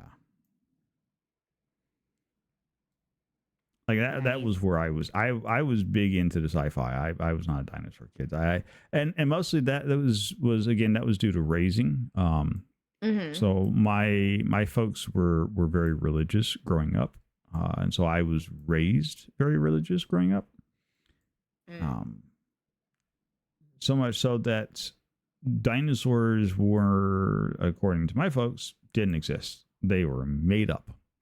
And so for a long time, that's what I'm like, okay, so dinosaurs aren't exist. Well, if dinosaurs aren't real, then who cares? Robots, I already know robots aren't real, so I'll just go muck around with robots, and that's fine. I get that religious side, just to put it into context. I don't know what their viewpoints about dinosaurs were, because of us moving so much, thankfully I didn't have constant exposure to both sides of nice of the family. But to put it into context of the religiousness of it, my mom went to school in the basement of the church that both of my grandfathers were deacons of, and that her sister, my aunt, her sister married the pastor's son. That sounds about right. Yeah. And my mom went to the school in the basement of that church all but 1 year. She had 1 year of public high school. Her graduating class was 3, sir. Yep. It hit me. It hit me just within the past year. I was like, I was raised by a homeschool child. I was like, I was raised by a homeschool child. I can do you one better. A religiously homeschooled child. I am a religiously raised homeschool dropout. Which I always find is fascinating because everybody's like, how did you drop out of high school if you were a homeschool? I went, my mom's nuts. I ran away from and home. I'm not listening to this stuff anymore, and took off. I ran away from home. That's how you drop out of homeschool. That's how you were. That's how. Exactly how you run away. Like, deuces, I'm out. See you later. No, in actuality, it was a mail-in homeschool. So they didn't like a paper they had me write, and so they sent back the changes, and I made the changes, and I sent back, and this went back and forth for about like 6 weeks. And by the end of the 6th revision of the paper, I was literally back to what I had originally written and submitted.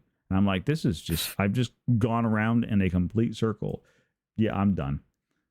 Never turned in the paper, never got credit for it, never rolled right on with life. I went, yep. See you later. Next. And so it's kind of this is officially a waste of time, and I am not participating anymore. No, thank you. Yeah, no, I'm out. See you later. Would we be able to break for a bio break?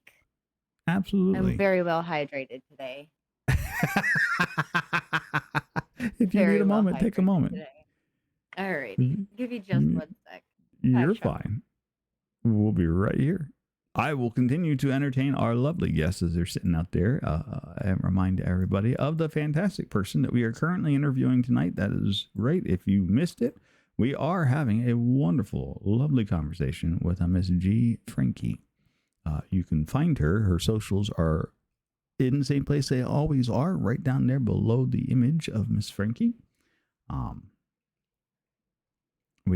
If you have any questions whatsoever for our lovely guests, by all means, hit that little redeem. It's only one little channel point. Get your question in there. We will make certain to get Miss Frankie to get you an answer if it's within our means to do so. I hope you guys are all having a fantastic time so far this evening. It has been a wonderful conversation, and we are far from being done with it. So, if you are interested in joining in on the puzzle that you are seeing there below you, you can do !puzzle in the chat channel. It'll get you a link. This is a web-based game. You are welcome to dive in there and take part in the puzzle. Fastest bio break ever. You're fine. You would not be the first person to be like, can we just take like 2 seconds? I promise. It's fine. Listen. I have no problem speaking up. I just wait for a good opportunity. Hey, I say go for it. It's funny because I've been picked on because of how fast I go to the bathroom. I'm like, I was a single mom in the Marine Corps. Like, everything had to be done fast. Like, you got 30 seconds max, man. Like, you were in the Marine Corps, period. That was fast was like part of the mantra. There was no time. Efficiency, motherfucker. That's it. I grew up Navy, but certain things are the same. You tell them, I'm going dead ahead. You've got 2 minutes, and you better wash your hands in that 2 minutes. They gave you 2 minutes? No, my father gave us 2 minutes. I don't know what they actually. Gotcha. No, I was thinking like boot camp, because I was like, oh, you got 2 minutes all to yourself? That's fantastic. 76 How nice was that? Yeah. 76 females had 90 seconds to all get in, piss, wash your hands, and get the fuck back online. That was our life for 13 weeks. It was dumb. But it was actually, in so many ways, it was the easiest thing because you didn't have to make any decisions. No. All the decisions were made for you. You just had to follow directions. Well, but that's the point of boot camp, right? Is to the teach hard you part to was just not having any follow freedom whatsoever. The hard part was being completely isolated and having absolutely no control whatsoever. The only control you had was, am I going to do what they say or am I not? And whatever will be, will be. Yes, but if you don't do what they say, then you are not going to have a very good day. Oh, no, no, no. It's funny because, like, on my way to boot camp, because I was older, a little bit older whenever I joined, considered older for the military, but I didn't join until I was 22. And like one of the girls that I met on the plane, we ended up being in the same platoon, and we were talking and everything. She was also like a really like happy, joyous person, Mm-hmm. and whatever. She was like, "I'm afraid they're just gonna make me. I'm just gonna not be a happy person." And I was like, "Well," I was like, "It's only 13 weeks. Number one." I was like, "Number two." Well, I was like, I don't think it's gonna be able to like take drastically change that much of your personality. I was Right. like, in terms of like if you're like normally an optimistic type of person, I was like, but I was like, I was like, just make sure you smile once a day. I was like, just whatever. It's like fuck the consequences. I was like, smile once a day. We ended up being in the same platoon and we were across the aisle from each other. So once every morning, we like whenever we saw each other first thing in the morning, like hair's all fucked. This poor girl, like she didn't know it, but there was not going to be a single morning that she did not smile first thing in the morning because my hair was really short at the time and I've got a whole lot of it. And if I go to bed with it wet, it Poofs. dries in whatever way it wants to. You can't tell it nothing. Nothing. You can't tell it a damn thing. You can't tell it the day of the uh, week, what time it is, nothing. yeah. And so first thing in the morning, my hair would be everywhere and like we're just right across the aisle. Like lights come on, you have to jump up and like immediately stand on line. You're not even like your eyes aren't even fully focused yet. So like the first thing she sees in the morning is my dumb ass across from her. My hair's all fucking going every which way. And I'm just like, morning sunshine. Like I just give her a look like morning sunshine with a big dumb grin on my face. Cause I know I look fucked up. But it's little things like that make some memories, make some good memories. I was in I was like the weird little like fucking happiness fairy in boot camp. Like because and and I don't know what it was, but me and my rack mate in boot camp had these uncanny powers of invisibility in boot camp. We would be able to go and do stuff, come back, not have a word said to us, like get up, go and get something out of our foot locker. Like if we're supposed to be like sitting there taking notes and we realize like our pen has run out of ink or whatever, go to our foot locker, go get a new pen, close it, come back, sit back down, do everything we were supposed to do, and then continue Right. on. 5 minutes later, someone else goes to do the same exact thing. They would just get tore up from the floor up, just screamed at, yelled at. Like I would just Oof. get up, go to the bathroom, come back. Somebody's like, "Oh, we can do that." I'm like, "Well, I just did it. I just followed the rules of what they said we had to do, and I did it." They would go and do it immediately after I got back, and then tore up, screamed, whatever. But like, Wow. but like, like you all get to like know each other, not like really in depth, but like like usual behaviors and usual Mm-hmm. and normal like things of like that. At least I notice like body language is a big thing that I notice, Yeah. or that I take notice of a lot. And so like I would notice if like somebody was like seemed like they might be discouraged, or like if they just had like a shitty day. Like we would all see if we had shitty days. Like everybody, like your shitty days were on full display, right? So if like somebody would Right. have like a shitty day, like after the lights would go out, like you're not supposed to get out of bed for like however many minutes or whatever because of like security or and all this other stuff.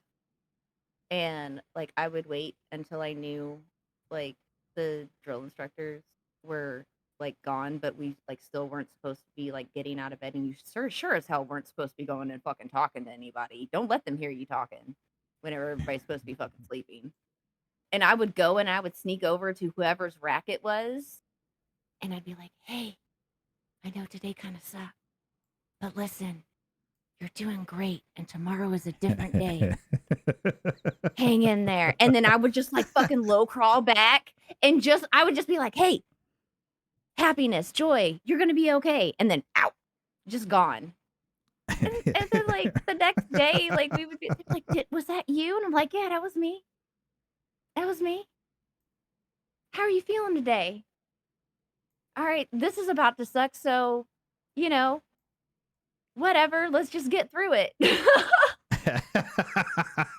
Huh? Like we have no other choice. We can make it suck worse, or we can just get through it. Let's just fucking get through it. Let's just go. Let's make this happen. Let's make this, tomorrow as quickly as it can be, and we'll be all right. Right. Yeah. No, I tried out for the Navy. But I had too many dependents, and they wanted me to sign away rights to my children before they would take me, and I went, "Gee, you're smoking some crack. You guys can just if you want me to come serve, you'll have to just come and fetch me." Yeah. See you guys later. Well, and people don't realize it's actually a lot harder to qualify for the military than people think. Oh, I scored like ridiculous on my ASVAB when I took it. They were like, "You could have whatever. We're ready to sign you up and send you in, and then come out of that ship you right on off to officer school." Blah blah blah blah blah. I'm like, "That's fantastic." And let's make this happen. Let's do the thing. Yeah, you got to sign away rights to your kids. That ain't happening. At that time, I was married to my first wife, and I didn't trust her for anything, and so I was not going to give her an inch, anything that she could use as leverage against me for anything, especially when it came down to my kids. It's not happening. Well, and it's not even like the scores either of like the ASVAB is the like for your job or qualify for the jobs or whatever. There's medical history stuff. You have to be like you have to pass whatever like physical fitness test and screening. Like if there's, and mind you, there's some things that like I can only speak for like for the Marine Corps because that's my only experience. But like just off of the physical, medical, and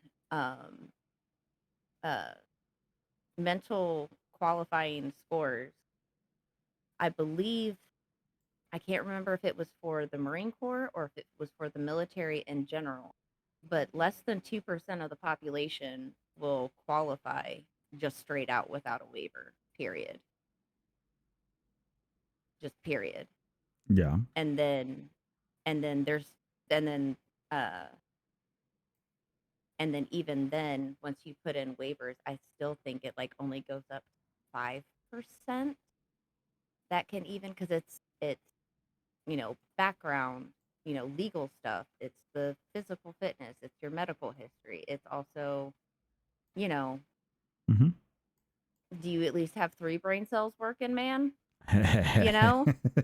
Like if you can kick at least 3 of them, and if they're strong, if it's a strong 3, you might have a chance. You got the right 3 firing. Let's test them out. Oh, sorry, Sparky, that's the wrong 3. Yeah, no. Unfortunately, those are not the 3 brain cells that we needed you to have working. I'm sorry. Yeah, we're just going to 4H you. It'll be all right. Yeah. But yeah, it's really it's different It I could is, say it's different but because it's a there's culture, it's a job, it's a career, it's a part of a lifestyle for certain people who grew up with it. That's what they know. That's what they grew up right, in. That's what they were raised with. Um, right.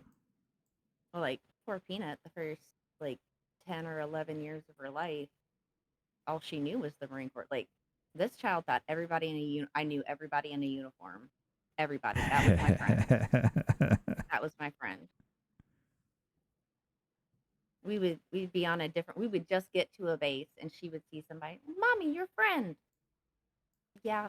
Uh, what's their name? I can't see their uh, name tape. I can't see their name tape from here. They look like they might be a staff sergeant or a mass sergeant. I'm not sure. Oh, okay. Okay. okay, we'll figure it out. Don't But worry about it. Yeah. it was really cute because that was like whenever she was before she got into elementary school. If they were in a uniform, I had to have known them. It was cute. But it's fantastic. But I mean, those are the sort of things that that again, it's good times. Oh yeah, listen, the stories that I have, or maybe for statute of limitations purposes, that I've heard of, that I may or may not have witnessed, Let's just say I've seen or some that may have things. been regaled to me. No, I've got quite a few stories that of us causing a little bit of mischief, but not nothing crazy. Because listen, what you're not about to do is take a whole bunch of people who are highly trained and highly motivated, Oh put no. them in a situation with nothing to do, and we just have to entertain ourselves with our environment You around did us. no. That's that is That's your that is first mistake. not a good thing. Let's Second just one. not and say we did. How about that? Second one is don't take those same people who just went through a 48-hour operation and take away their sleeping quarters because they're going to get real mad and real creative. Oh yeah. No violence will be done, but payback will be gotten. That's all I'm saying. Actually, that probably won't be the only thing that I say about it, but for now, that's all I'm saying. But I mean, okay, so we're on to this. Like, where are some of the places that you've lived at? Ugh. In or out of the Marine And Corps? we'll say in the Marine Corps. We'll keep it easy. Let's see. And some of your favorite places that you lived. Oh, I'm not gonna lie, New England was pretty dope to live in. My job in particular at that time was I loved it. There were a couple drawbacks. The only thing that I hated about Now we're talking that the period, New England states, right? Up in that area. mm-hmm, Okay. yeah, up in New England. I was stationed up there. I was the marketing and public affairs chief for all of Maine, New Hampshire, and Eastern Massachusetts. So I controlled all of the marketing and event planning for recruiting for the Marine Corps in that area. So if you saw a billboard, if there was a commercial, if you heard a radio ad, if you saw a fucking Marine Corps booth at a concert, a state fair, anywhere like that, if you saw a branded Marine Corps vehicle, I was in charge of coordinating that. And you probably saw me if you were in New England at that time at any of those events too, because I was also babysitting grown ass adults and making sure that all of that equipment did not get broken.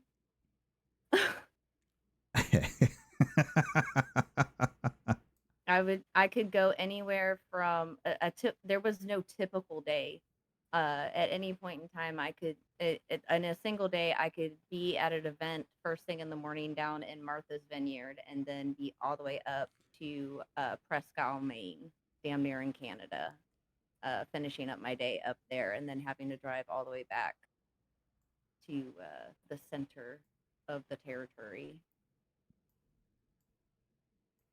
No, I was It was sitting there. dope. I'm like, by the time you were probably up in the New England states, I was back down here in the southeast. Yeah, I was up there, I think, uh, early 2009, and I think I Oh left yeah, I late was 2010 to like, or maybe early 2011 it at that there. point. I was in Virginia, and I was soon at that point soon to be on a car trip all the way out to New Mexico. Oh, nice. At that point in time, I drove whenever I got stationed up there, I drove from San Diego to Maine by that's a myself. that's a drive. That is a drive. By myself. Oh God. Do you Uh, like long drives? I love driving. There's something about driving that I really enjoy. With other people on the road, Hey, not so Elisa. much. Like out on, Right? I actually, I like. I don't like driving in the city. I like the highways. I like country roads. I like going out, hmm hmm driving out there. Whenever I lived up in South Dakota, I would go. I lived over in the Black Hills, and I would go through and I'd drive through Needles Highway. We would take day trips out to the Badlands. Go up to Sturgis. The motorcycle Right. rally every year up there, Sturgis. Oh yes. That's a wild ride. Yeah, That's a wild ride. that is very much I so. met a whole bunch of people up there.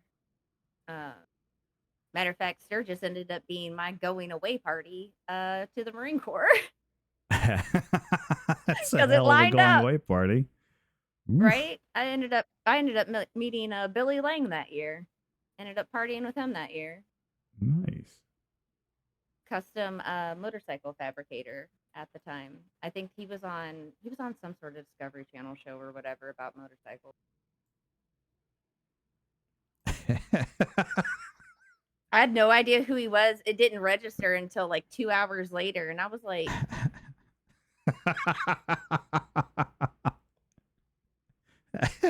I now know where I know you from. And he was like, oh, you didn't know who I, he was like, oh, really? And I was like, yeah. I was like, that's pretty dope, man. And then I didn't say a damn thing after that. And he was just like, I was just like, oh, cool. Fun fact. Noted. Fun fact. Noted. Moving Shots. on. Let's keep this fucking party going, man. That was back in the day when I was young and reckless. Yeah, at about that point in time, yeah, I was within like a year or so. It was sometime in like 2010, 2011. I was driving 3,000 miles from Virginia to a top of a mountain in Sunspot, New Mexico. And then shortly after that, we drove back another 3,000 miles back over here.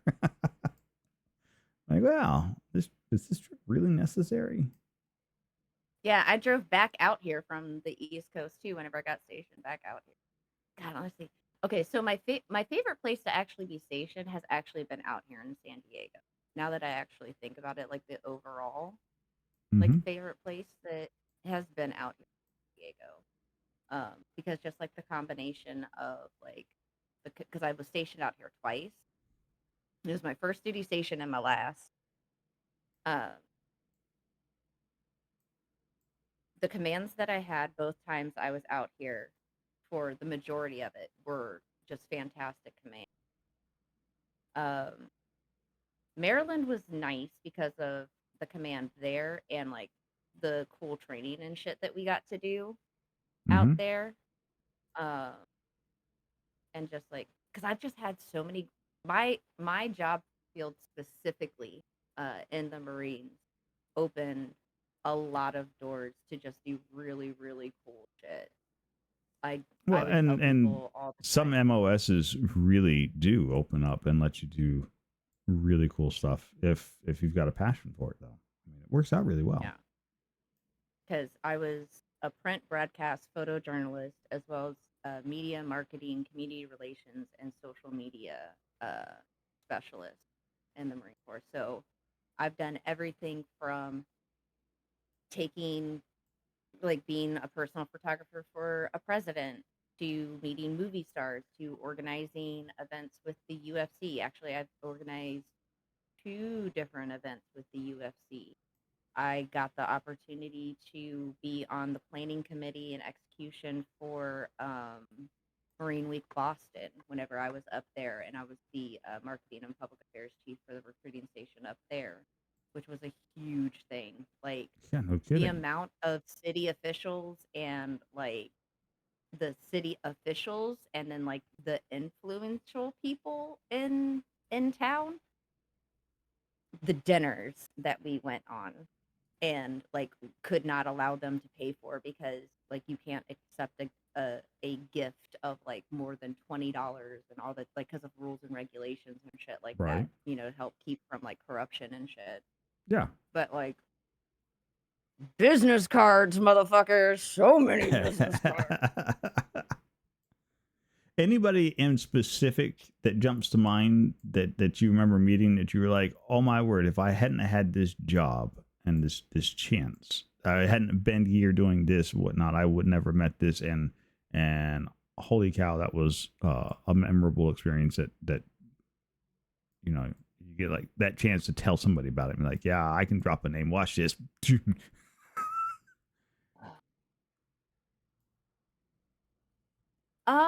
Shit.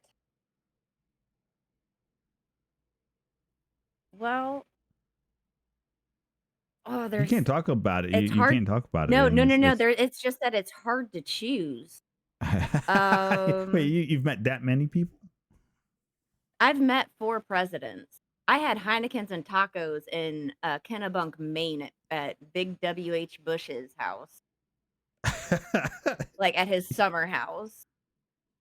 Like, I've met Wow. movie stars. Like, I met the what is it? The gentleman who played the president. I'm horrible with names. Who played the president in what is it? In the West Wing. Oh, Wait, is that the yeah. right show? Well, Was I know that who you're it? talking Let me. about. You're talking about the West Wing. I don't. I'm not sure if it's the West Wing. Like I said, I may not even have the right uh show.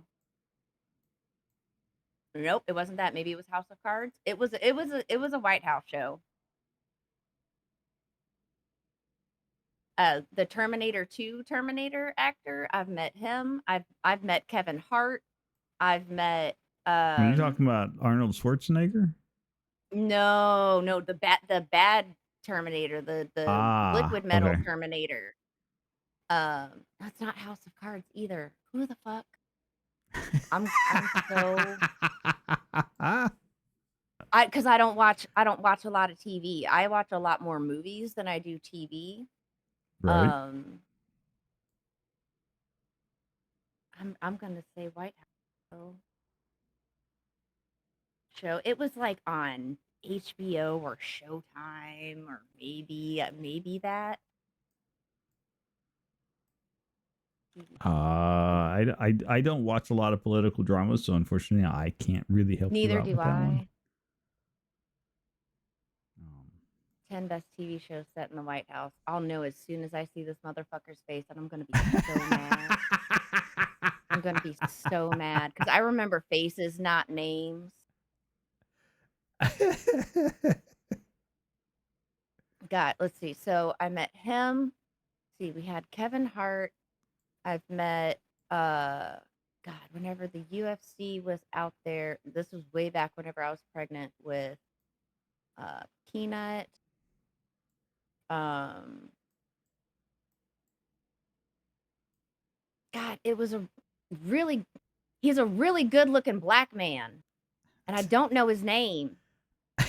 He's got like a really oh, it's driving me crazy. It's an older show. It had to have come out like in the early 2000s. It was definitely like around before 2010. It was definitely around before 2010 because I met him on my way to Iraq. Okay. Uh, I'm so mad. I'm so mad. It'll be all right. You'll remember it I eventually. will, and then I'll end up screaming it out later. And I'm like, I remember the name of the show. You're welcome, Peanut. Right. But yeah, no, I've met him. Who else have I met? Because we had so many shows premiere on Miramar at the Base Theater, and since we're so close to LA, they just fucking come down and they're like, "Hello," promoting the movie on their press tours. Um. Oh shit. Who else? Because I've met Obama, I've met Big Bush, I've met Little Bush, and I've met Clinton.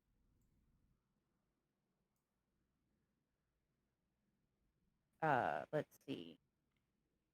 God, I've partied at the Japanese embassy in DC because our unit was being celebrated for um like the party was thrown for us. Like it wasn't just like, Wow. "Ooh, we're going to we were invited to a party." No, the party was thrown for specifically for our unit at the US embassy in DC, or not the Japanese embassy in the US in DC.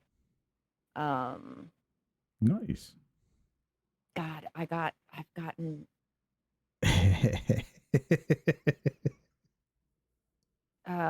shit. I've been I've been on, I'm not allowed to say which movie, but I've been on movie sets as well. Um um no, I've done a lot. I've done a lot. I've done training with FDNY's Special Operations Command. I've done quite a few with that. I've worked with them with their Mm-hmm. liaison.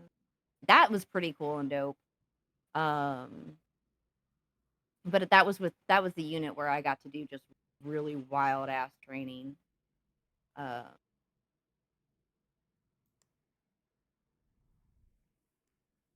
all the countries that I've been to have been just great, and just seeing stuff like being in Iraq and like working in Afah Palace, like on the palace on the lake in Iraq. That was a bit surreal. Being in one of Saddam's like what is it? I think he's like got almost 160 something palaces, quote unquote palaces, all through Iraq. It's wild. Wow.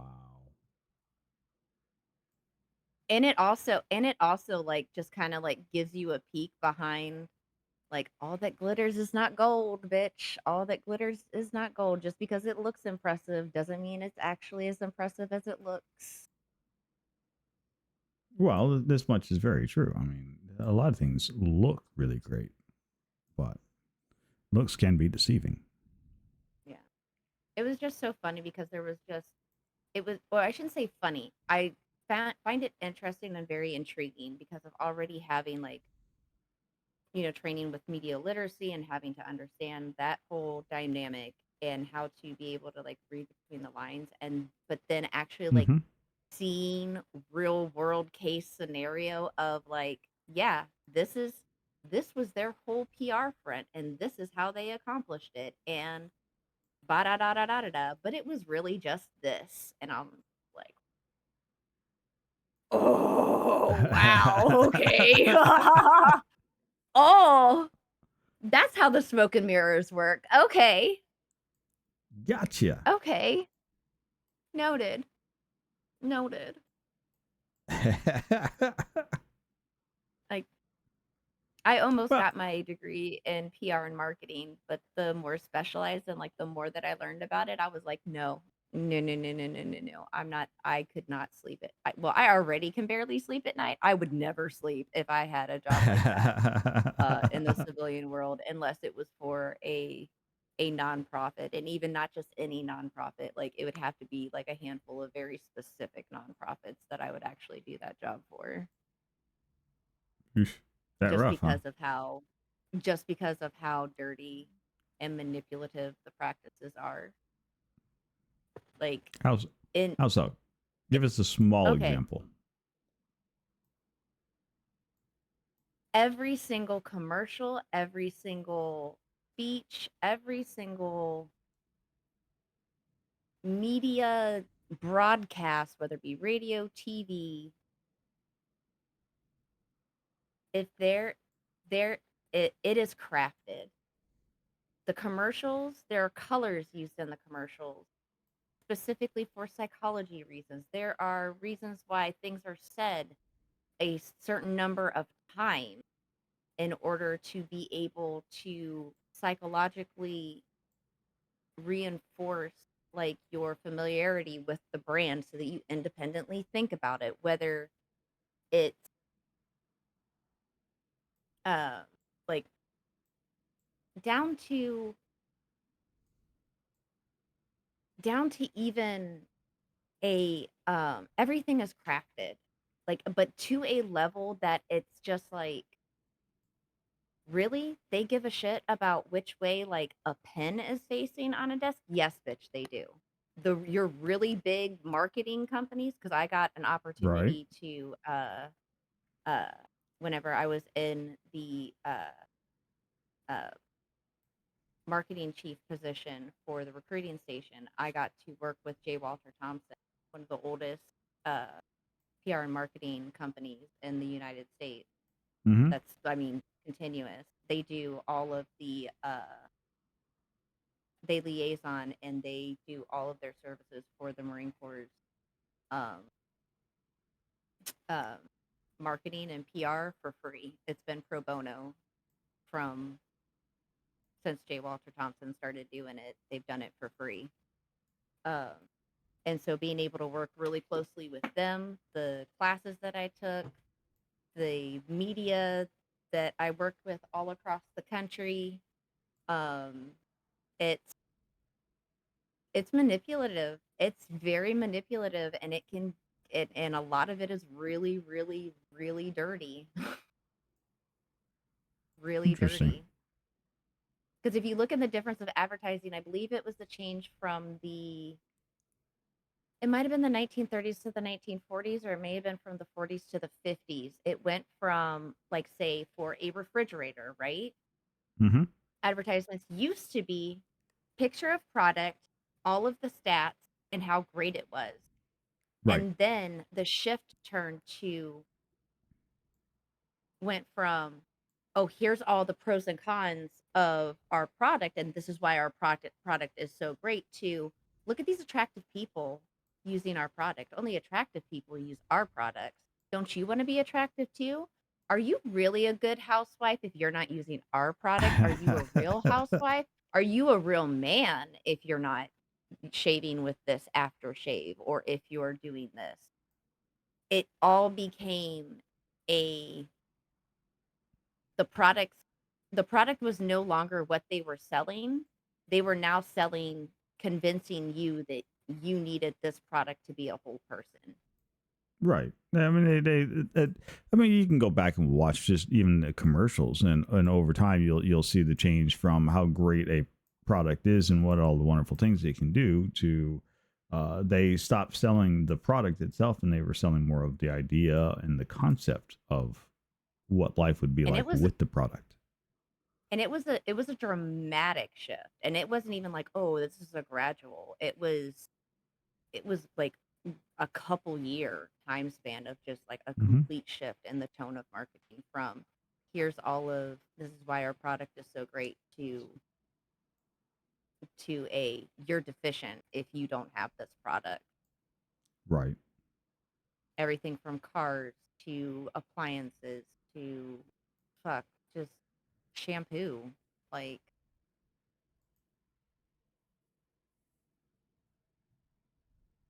We have deviated way far away from the ice cream oh, question. 100.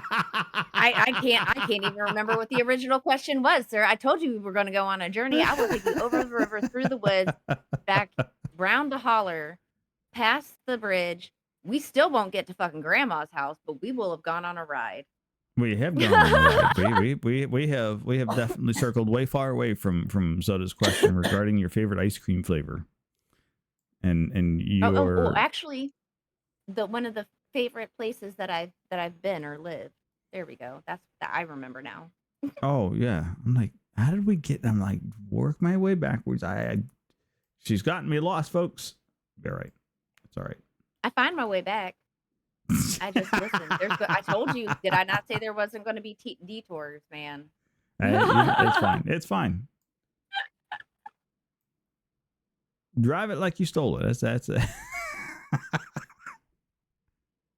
Well, then I'm not driving it 'cause I ain't stealing. I'm too pretty to go to jail. Right. So yes, favorite place that you've lived. Yeah, it's San Diego. I love it here.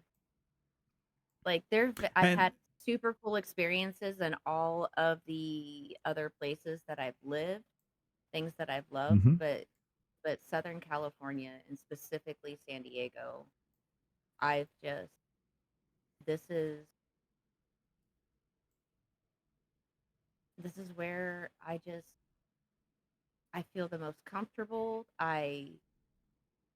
Where I feel like I fit. You know what I Right. mean?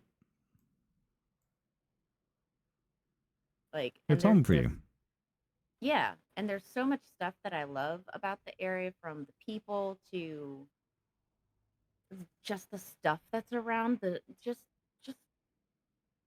God, the well, other than the crazy fucking rain, which isn't San Diego's fault, but because most of the time, usually, other than hmm like 2 months of the year, we have beautiful weather. Like, we'll have a heat wave or two late in the summer, Right. and then uh for a couple months during the winter is our rainy season, which, unless it's an El Nino, it usually isn't anything to even blink an eye at. A little bit of sprinkling here and there, especially compared to the storms on the East Coast. Um, but yeah, otherwise it's temperate and beautiful, and I live 10 minutes away from 4 different beaches. There's parks all around me. Like, I can get like there's a mini park like 2 blocks down the road from me, and I've got one of the biggest urban parks in the country, like less than 4 miles away from me. It's Now, I will I admit love it. I do miss living near beaches. That's not where I live now, unfortunately. The nearest beach is at least 2 hour drive away. Listen, I'm either about to become a mountain person or a desert person. Either way, shit's about to get real weird once we sell this house, because I'm going to where we can afford to buy and not have a mortgage anymore. Hey, So, that is the name of the game and then for I'm some just gonna people. have the freedom to be as weird as I want to be. That's all right. We love our weird folks. You'll be all right. Actually, it's not even freedom; it's the space. I need more space so I can spread out my weirdness a little bit more. All right, How am all I right. supposed to have my 10 million different projects if I don't have room to be able to put them?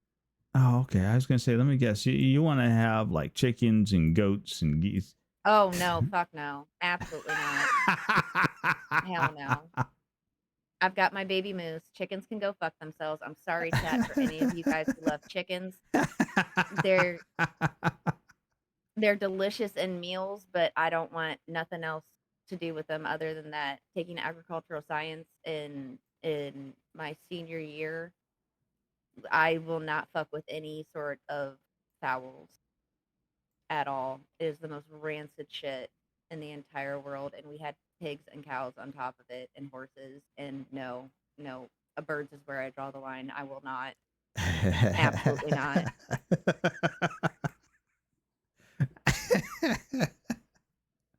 I won't do it. uh, well, But already then. no, No, it's I don't. perfectly fine. I'm not a big Shell would be the first one to tell you. Nope. She wants to do farm and everything. I'm like, that's all you. Yeah, no, I'll stick with my baby moose, my dames, and that's about it that I'm gonna do with animals.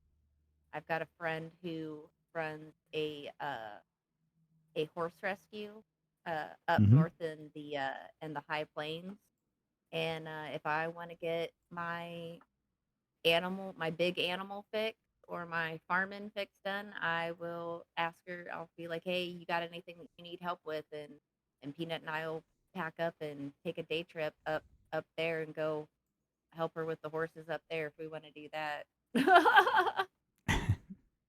Do you spend Nope, an I will awful lot go of time visit. with around big animals? I mean, is that like a thing that Um, you and Peanut really enjoy doing?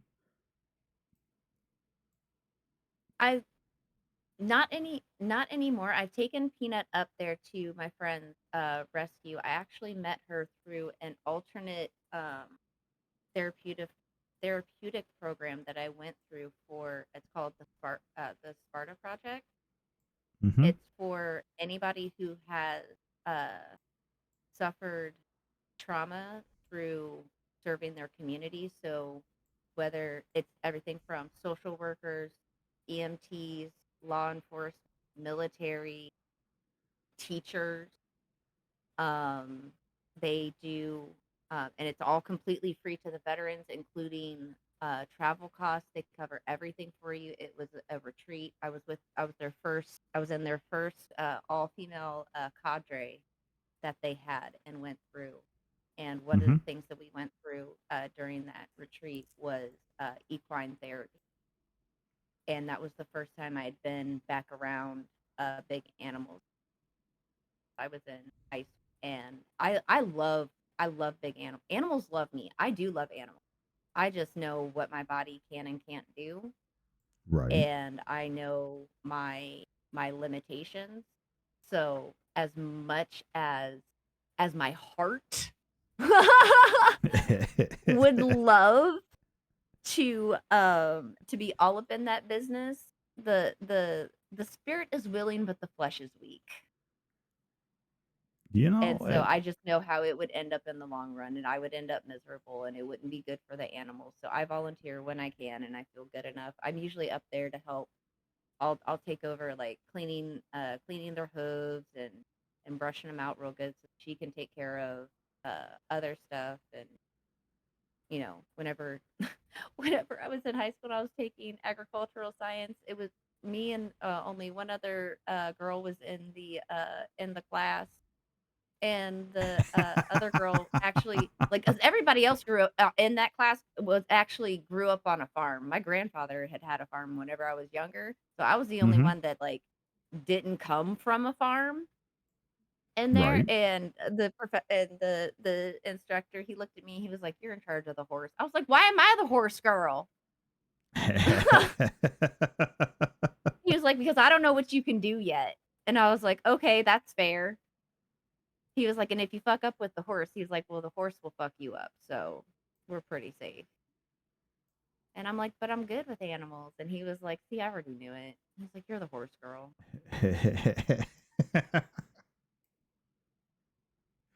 uh, But no, my I I have yet to meet an animal that doesn't like me.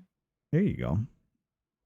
That's an actual really rare talent, I think. Some people can do animals and do animals really well, and other people have no reason to be that close to something that's not human. Um,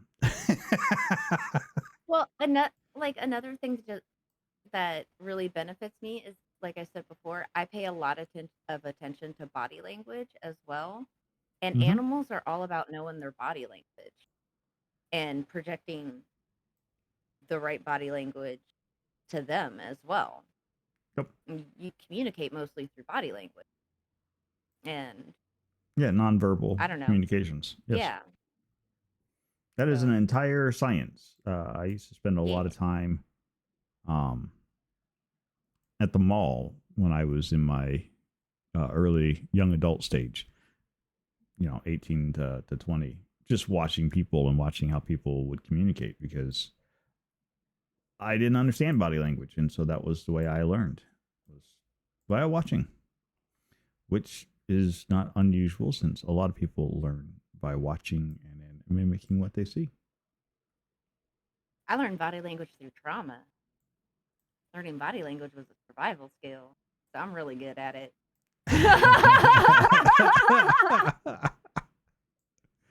Yes, some people are forced to learn the hard way. It's Yeah. But I unfortunate. learned early. There you go. And I'm a Well, fast learner. I was going to say you had to be a pretty fast learner. Yeah. I never had two black eyes at the same time. I was great. You learned to duck. Good job. Stop and weave, bitch. Stop and weave.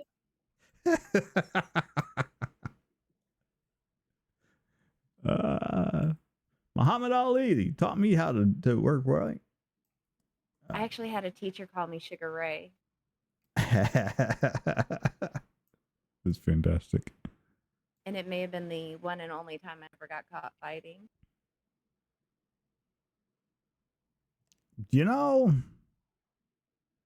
I would say I'm not surprised, but I'm really not surprised.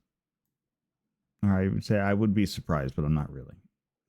This is if there's one thing I have learned from watching you and your streams is Frankie don't give up. Under the right circumstances, Frankie will stab a bitch.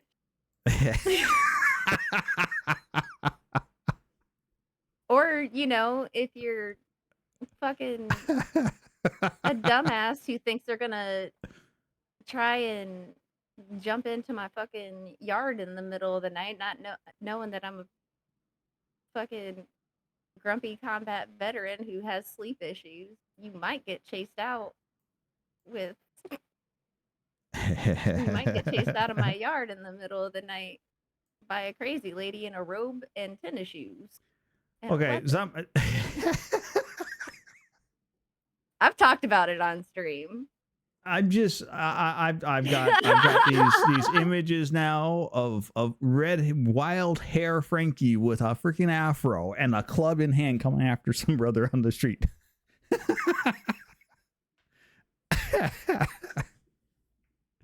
I'm just put it this way. It was funny. I was mad, but the cops had a really good laugh about it. Oh, I imagine they did. Brotherford would like to know, if you were on death row, what is your final meal? Crab legs.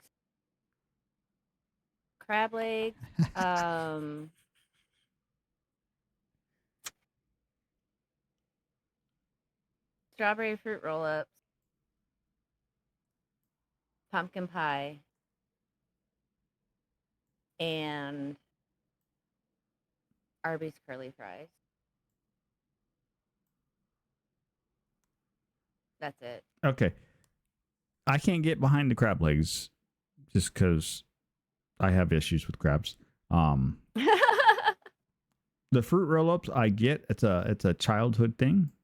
Like, I would be eating fruit roll-ups. You're not wrong. Those were just.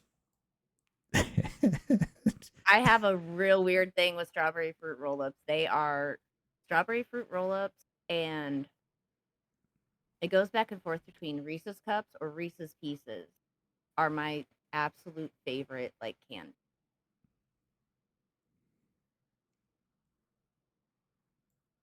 And yeah, I consider fruit roll-ups candy. I was the weird kid that, like, because we didn't, like, grandma and grandpa didn't have, like, sweets and stuff in the house.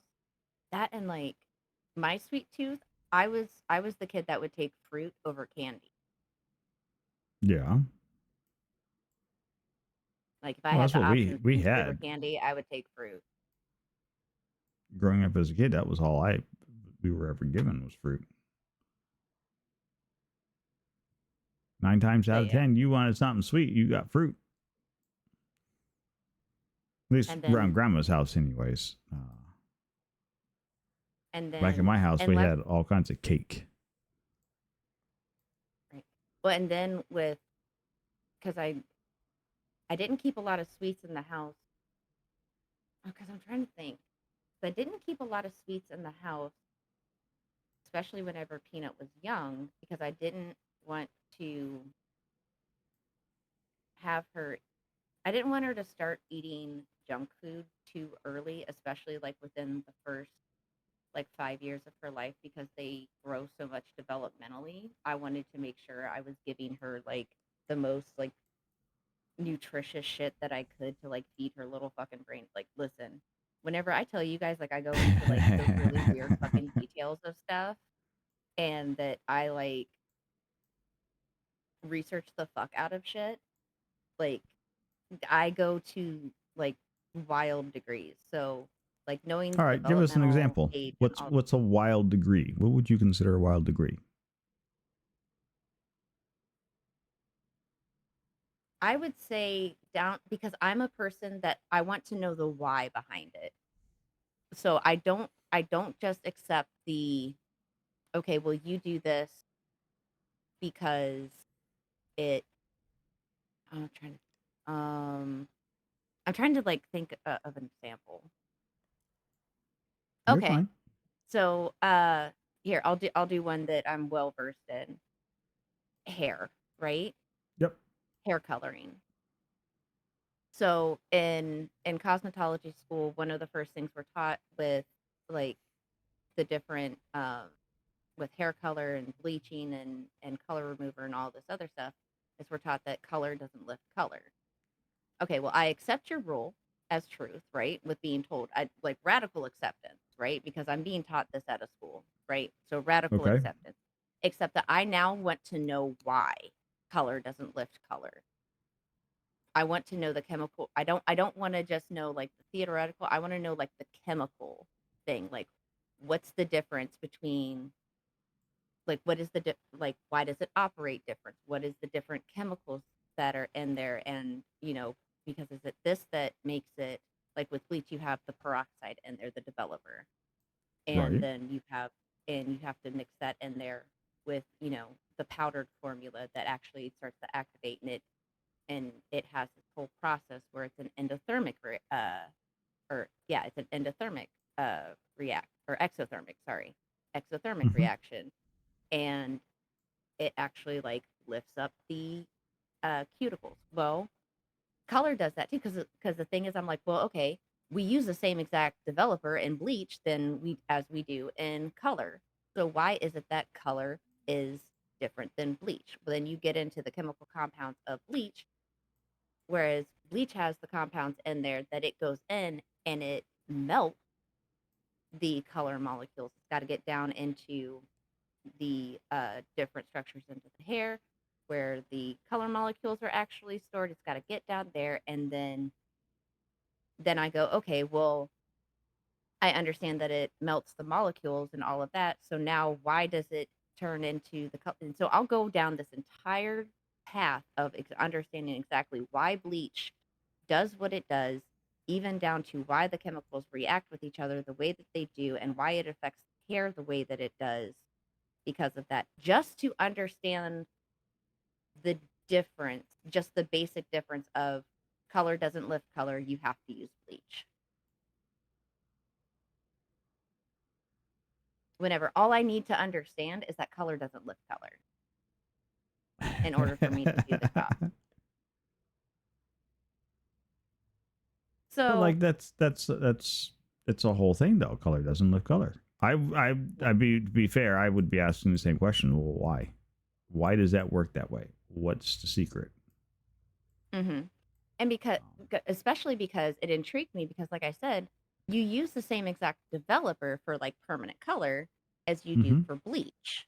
And there are things called high lift color. Well, then does high lift color also not lift color?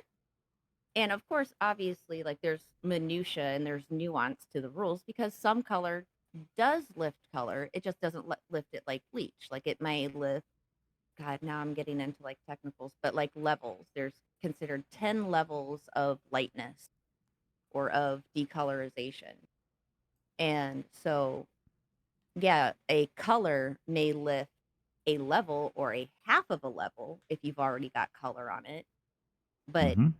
using that same developer with a cream or bleach powder, on the other hand, will give you like 6 to 9 levels of lift.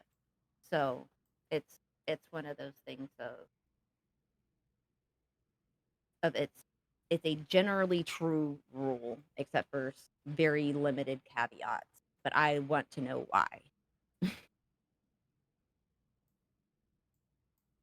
Or like whenever I was talking about doing my research for getting Jack, whenever I finally was like, okay, no, we can legit afford a dog and we can afford a dog for the entirety of its like, lifespan, or we're going to be able to.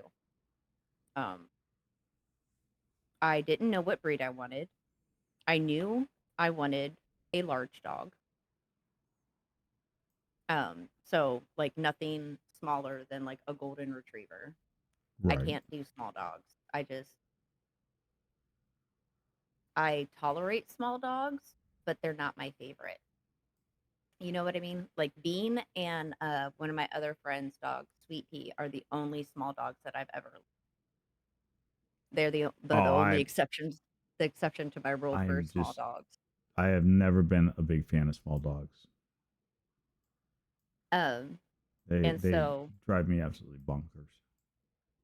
I did more than a year of research on different breeds, on the general temperament of them, known or common health risks.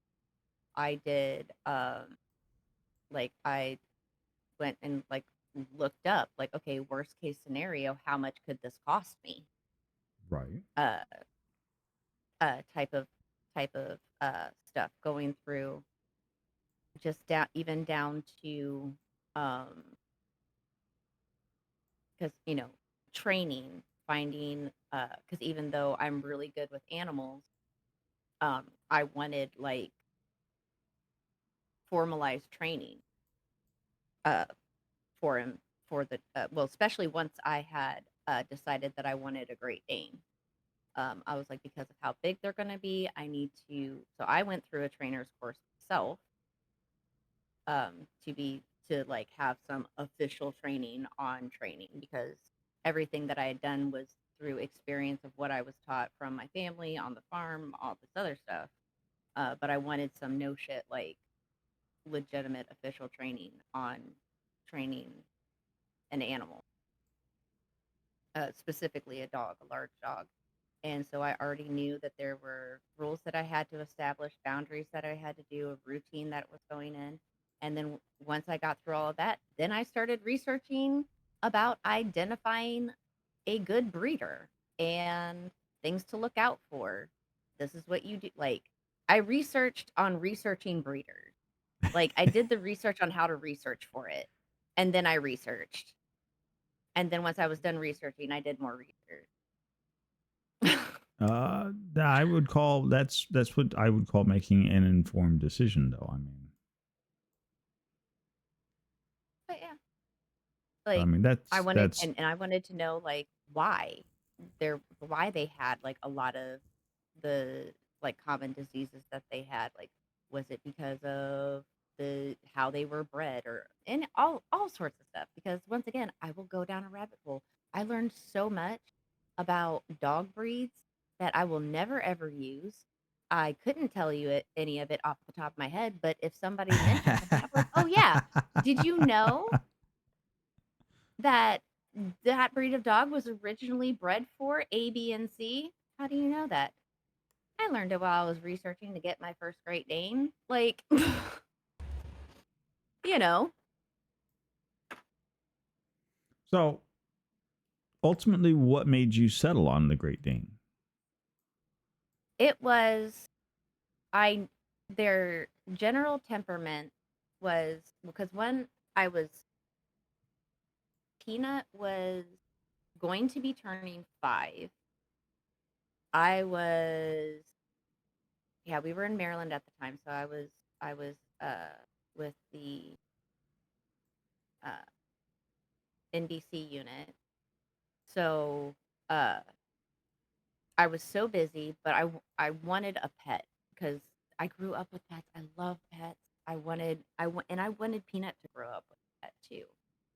And so she was finally old enough that she wasn't nearly as much work as whenever she was a baby. Because well, that no, there was another thing. I wasn't about to have a puppy and a fucking baby. Whenever it's just like, no, we're not having toddler and puppy. What we're not about to do. What I'm not about to do to myself. What I'm not about to do to myself. Um, so I was still a very active long distance runner. Um, and I wanted an animal that was happy to see me, or I wanted a dog breed that was happy to see me whenever I got home, but they weren't hyper. I couldn't do like a working breed dog, like a husky or a German shepherd or any sort of like lab or like hunting dog like that. You know what I mean? Like a Mm-hmm. working breed dog. That was not going to work. But I still needed a dog that could be active with me because I was a very active person at the time. Like that was the height of my gym rat days of no, no, for real, of like workout addiction because I was weightlifting 3 times a week. I was uh and 3 times a week was like my shortest session was 2 hours in the gym, but I was also in the Brazilian Jiu Jitsu grappling club as well. I was still doing my long distance running my half marathons, um, and I was still, doing unit physical training with the shop as well and with the unit. And because I worked on the command deck, I better be fucking stellar or else it looks bad on the fucking command deck. And what they're Right. not about to do is have somebody that's not absolutely stellar on the fucking command deck, which would have been really hard because I was the only one doing that job or could do that job. So I don't know how the fuck they were going to replace me. But knowing the Marine Corps, they would have found a way, but I wasn't about to give them a reason. Um, but yeah, like I had a running stroller for Peanut. I would take her out on like 10-mile runs with me. And so I needed a breed that could go out running with me and things like that. And once reading about Danes, apparently they make great apartment dogs as long as you take them for their walk. Um, because they're super duper chill inside. They're giant couch potatoes. But man, whenever you're ready to go out and play, they are all about it. And I needed that. I needed chill and like snuggly and couch potato whenever I, first get home. But, once we go out to do something, I needed a dog that could, hang with me. And and there's things that you had to do, like, you can't run Great Danes until they're over a year old because you got to give them enough time for their joints to Mm-hmm. fully grow and heal and or not heal but fully develop and close up and all that other stuff because then you can get like hip dysplasia and shit like that and other joint problems like you and so like we had to wait for the first year. Jack couldn't go running, but we would take him on walks and get him had him good and leash trained and everything like that.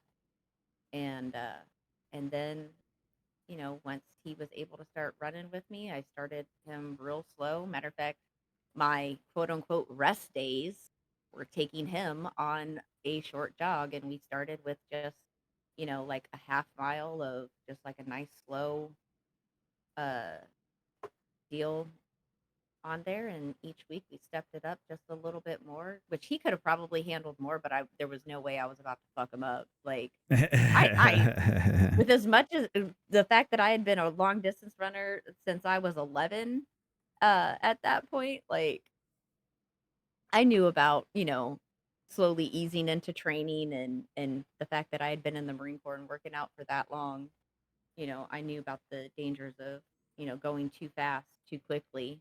And Right. so I just slowly like eased it up, and he became my running buddy, and then I got orders out here, and oh God, whenever the dog beach, that he heaven, heaven.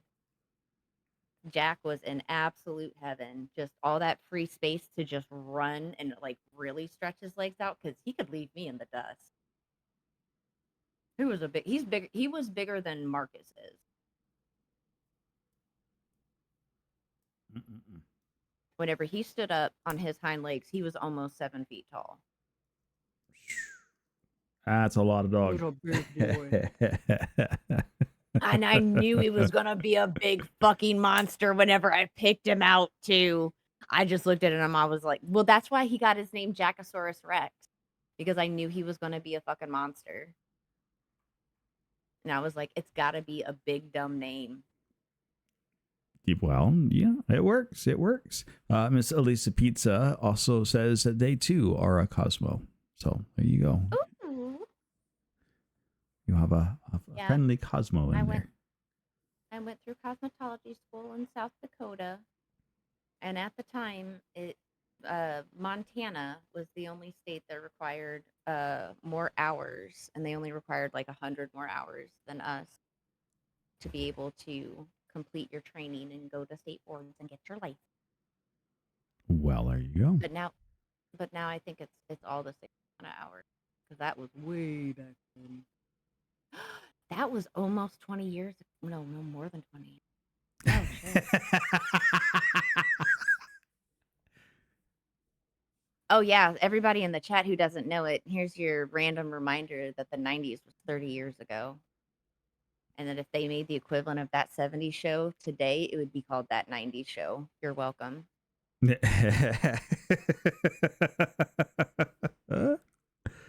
I really hope they don't do a That's 90s show.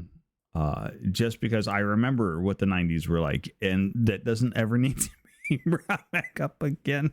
How do you think all the people felt whenever that 70s show was out? And they're like, man, shut up.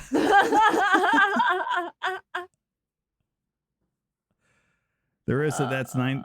No, there's not a That's 90s show. There? Oh, please, dear Lord. God, tell me no. Oh. It wouldn't surprise me. Oh. It wouldn't surprise me at all. It's about their kids. Oh, dear God. It's about their kids? No. That's funny. I may have to actually go find that one and watch at least an episode or two just to see. That's funny because that checks out, though. It would. Well, yeah, it would check out. I mean, just Yep. Wow. Damn. I think it's great. Am I going to watch it? No. You say that. I will probably go try and track down and watch at least an episode or two just so I can laugh and grimace and go, yeah, I remember that.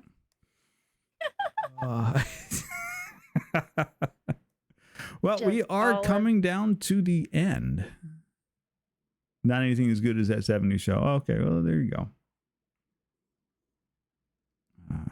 Yeah, that's fine. I feel like we could also have like a disconnection for like of not feeling that that 90s show isn't as good as that 70s show, because I think for like maybe this is just like for like my age range or whatever, I had no perspective on the 70s, so I was just like, haha, goofy show about the 70s. Oh, they were crazy in the 70s. Ho ho ho. You know what I mean? And then I don't know, it might be the same thing for like say Peanut's age, because she's about the same age as what I was whenever that 70s show was on. So you know, I don't know. I came in at the not saying tail that end that of the is what it is, 70s. but I wonder if that's what it is. Is more of I wonder. I came in at the tail end of the 70s, but where I grew up at, a lot of what made the 70s was still going on even into the 80s. Because again, I at that time in my life, I was still on the island in Puerto Rico. So Yeah. you better believe they were still flaunting the 70s down there. Listen. There's a lot of people that just do not let the styles of whatever their late teens, early 20s were, and they're just like this is my style for the rest of my life. Yeah. Do you have any idea how long it took me to get my mom to get rid of those fucking squirrel bangs on the top? The little fucking horseshoe squirrel fluffy feather bangs on the top? I don't even want to talk about the fact that my father still had his bell bottoms. My mom was had a single pair of bell bottoms, and she was allowed to have them because her grandpa got them for her, and they were red, white, and blue American flag, and they were the only pair she ever owned, even Wow. though she was a teenager in this. Okay, so a couple of last questions as we are coming down to the end of our Talk Tuesday. This interview session, it's been wonderful. It's been a lovely conversation. So, a couple of things, right? Question one: anything major plans? Any kind of big event that you're looking forward to doing in this year that we should know about, that people should be keeping an eye out for, that they can come and check out? Oh, I hope this is the hope because this year is so up in the air because of selling the house. Mm-hmm. I was really hoping that would be sold by now, but Mother Nature had other plans, and so we're fucking adapting and overcoming in this motherfucker. There you go. There you go. Um. Well, we are still raising money, for to help the repairs for the house. The Ko-fi link, my coffee is still active. It's gonna stay active. Um, we're still doing donations for that. What my hope is because I usually do Thankmas every year. Jacksepticeye started Thankmas quite a few years ago. It's his event that he has grown and grown and grown over the years. We didn't get to do it this year that just passed because we had an offer and they backed out. So that threw all of my fundraising plans out the window, even though I was able to like informally help with Fox and Bulls uh fundraisers. Like I said, I don't use Twitch to make money for myself, but I do like to use my platform to help raise money for others. So fingers crossed that I will be a part of Thankmas this year, because if we're a part of Thankmas this year, that means we sold the house and we're moved into the new house. And that means that I can get back to the fundraising and back to all of the stuff that I love to do and helping out charity. And so I'm a little bit in limbo until we get this house sold, unfortunately. I can't plan anything big because we don't know where we're going to be in the immediate, like in the next year as of right now. However, the project house is still going. I'm Saturdays, I'm trying to start Saturdays, make it an established day for Chat Controls BG3, where Chat makes all the decisions on the dialogue and I deal with consequences. Right now we have a save where we are Baby Carlac. This Saturday, oh, here we go. This Saturday, actually coming up, we're doing a redeem from. Listen, the way I do not have object permanence about events or holidays or even the day of the week. Okay. I've had a couple too many concussions, and it shows. Um, this Saturday we are doing the one of the incentive milestones where I am cosplaying. We came up with our own type of character. It is a pyro fairy or a pyro elf. Sorry, not a pyro fairy, a pyro elf. And then Right. once I because okay, so this was the thinking though, because we made the milestone for me to dye my hair on stream, and we Hmm. did that, and then we immediately got the chat uh chooses the next segment and the cosplay. And I was like, well, I can't dye my hair and then immediately like put a wig on like my hair that's just been through hell. And so we were like, okay, so what can we do with the natural hair? So chat came up with a pyro elf. So I'm going to do a fire themed elf. It's going to be a get ready with me on Saturday. And then once I am all makeup up and hair is all done and costumed up, we're going to play some fucking scary games Ooh, sounds like a good like I time. used to. Like I used to play us all the time. So we're gonna hear you Before scream and yell then. BG3, yes, there will be a lot of screaming. But to be fair, there is still a lot of screaming whenever I'm playing Played Up or BG3 or pretty much any game. If the curtain moves at just the right way in the corner of my eye, I will scream because I have a ridiculous startle response and I scream at almost anything. So, me playing scary games is either me very, very focused and very quiet if I'm playing like Phasmophobia by myself until the tension is finally too much and something scares the living shit out of me, or it's just me screaming at the top of my lungs and cursing. So, Yeah, it's fine. It's fine. It's fine. And the final question that we usually end up on is, if you had to go back and either tell a new upcoming streamer or yourself as you were getting started, a piece of advice, some wise words, what would you share with them? I would say do what you want. Do what you want. And you don't have to know everything before you start. Don't think that you have to know every single little detail before you start. Just start somewhere. Start small. You don't have to like serious, like don't go and invest a whole bunch of money. Um Try it out first. If you have, just use your regular webcam, use, the headphone mic. You don't have to like especially in the beginning, take your time finding your voice and what finding what you enjoy to do online, and also don't be afraid to change it up. Like if you're like, "Oh yeah, man, I want to do a podcast."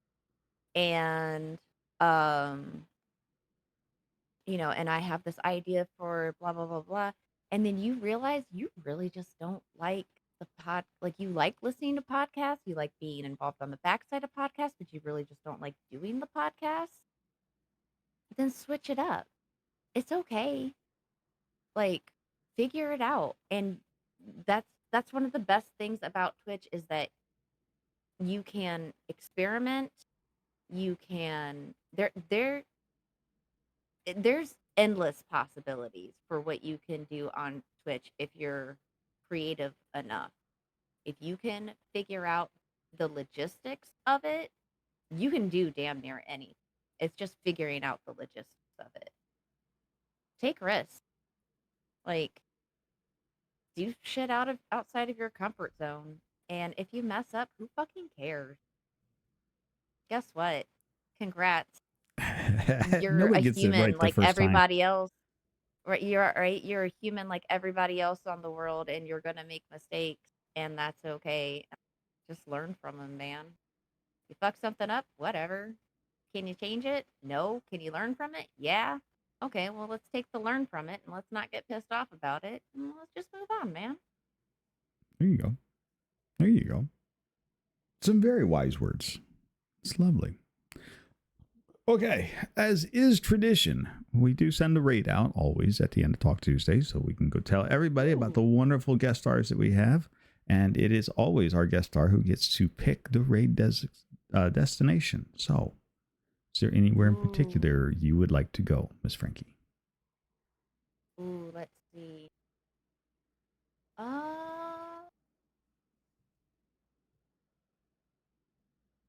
Rutherford is live right now with Final Fantasy. He is? Yeah, Wait, is he? Let me Looks like it. Yeah, he is. The Final Fantasy remake. Final Fantasy VII remake. Yep.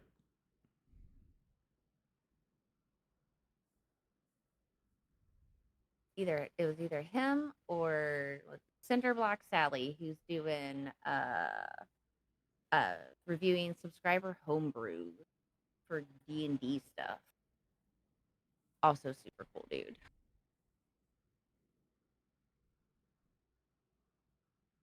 Either or. It's your pick. Yeah, Rutherford's a friend of the channel. Let's go show some love to Rutherford. All right. We will send this raid over to Mr. Rutherford then.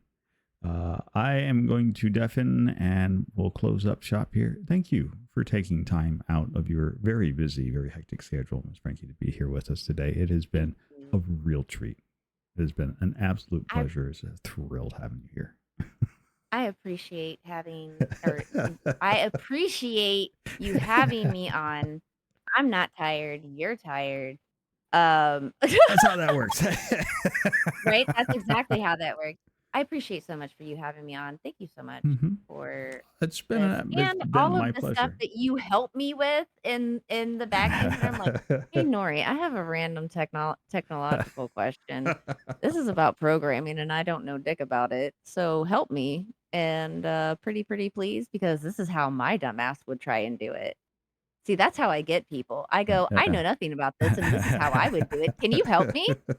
So you guys can see exactly how helpless I am and how much trouble I'm going to get myself into if you don't. Next time you get to write your own JavaScript. No, I'm just kidding. It'll take me a month, but I'll get there.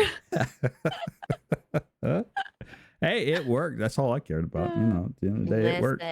Exactly. All good. Very useful. It worked like a charm. There you go.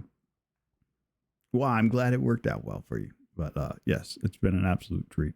Thank you very much. Like I said, I want to deafen. You're welcome to sit there, and I will pop back in after I've sent the raid off and talk. Or if you've got other things you want to go do, go ahead and go do your other things. It's been a pleasure. I'll be here. Thank you. Bye, chat. Thank you, chat. I appreciate all your questions. And with that, there's the end screen. But don't go anywhere, you lovely, fantastic, amazing people. We're not quite done yet. As is tradition, we are going to go raid out. She has chosen the Brotherford, so we're going to go say hi to the Brotherford. What is special about the Brotherford? Well, you're going to find out here very soon. Also, in case you didn't know, the Brotherford is also our guest for next week. That's right. Next week's Talk Tuesday will be with the Brotherford himself. And I have it on good authority that we are in for a real steamy evening. So, if you've been enjoying these Talk Tuesdays, again, you can catch up on any missed Talk Tuesdays on the YouTube channels. The link is down in the description. Go ahead, hop on over there, go grab it, go listen to it, go meet some of the amazing people that we've had a lovely opportunity to talk to. And if you would like to be on Talk Tuesday, by all means, drop me a message, DM me, pick a date. We've got plenty of Tuesdays that's still left for this year, and we would love to have you on a Talk Tuesday. And if that isn't enough, I don't know what else to say. Except for this Saturday, we will, if everything aligns right, we will be starting our new podcast entitled A Moderate Discussion with Amazing Mods. That's right. We will be sitting down and having a conversation with the moderators that exist out there in the world that are sitting down right now, working the back end, taking care of all of the fantastic streamers that they do. And we're going to sit down and have a conversation with one of them. So hopefully, cross your fingers, everything goes right. That's what we will be doing. It's going to be a good time.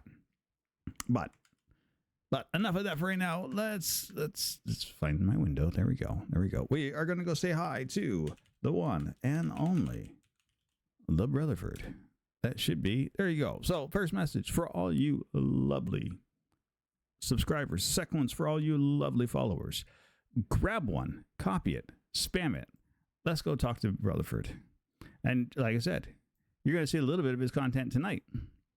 We're going to have a chance to have a long conversation with him next week on Talks Tuesday. And until next time, continue to be the fantastic, fabulous, and amazing people that I already know you are. And until next time, bye for now.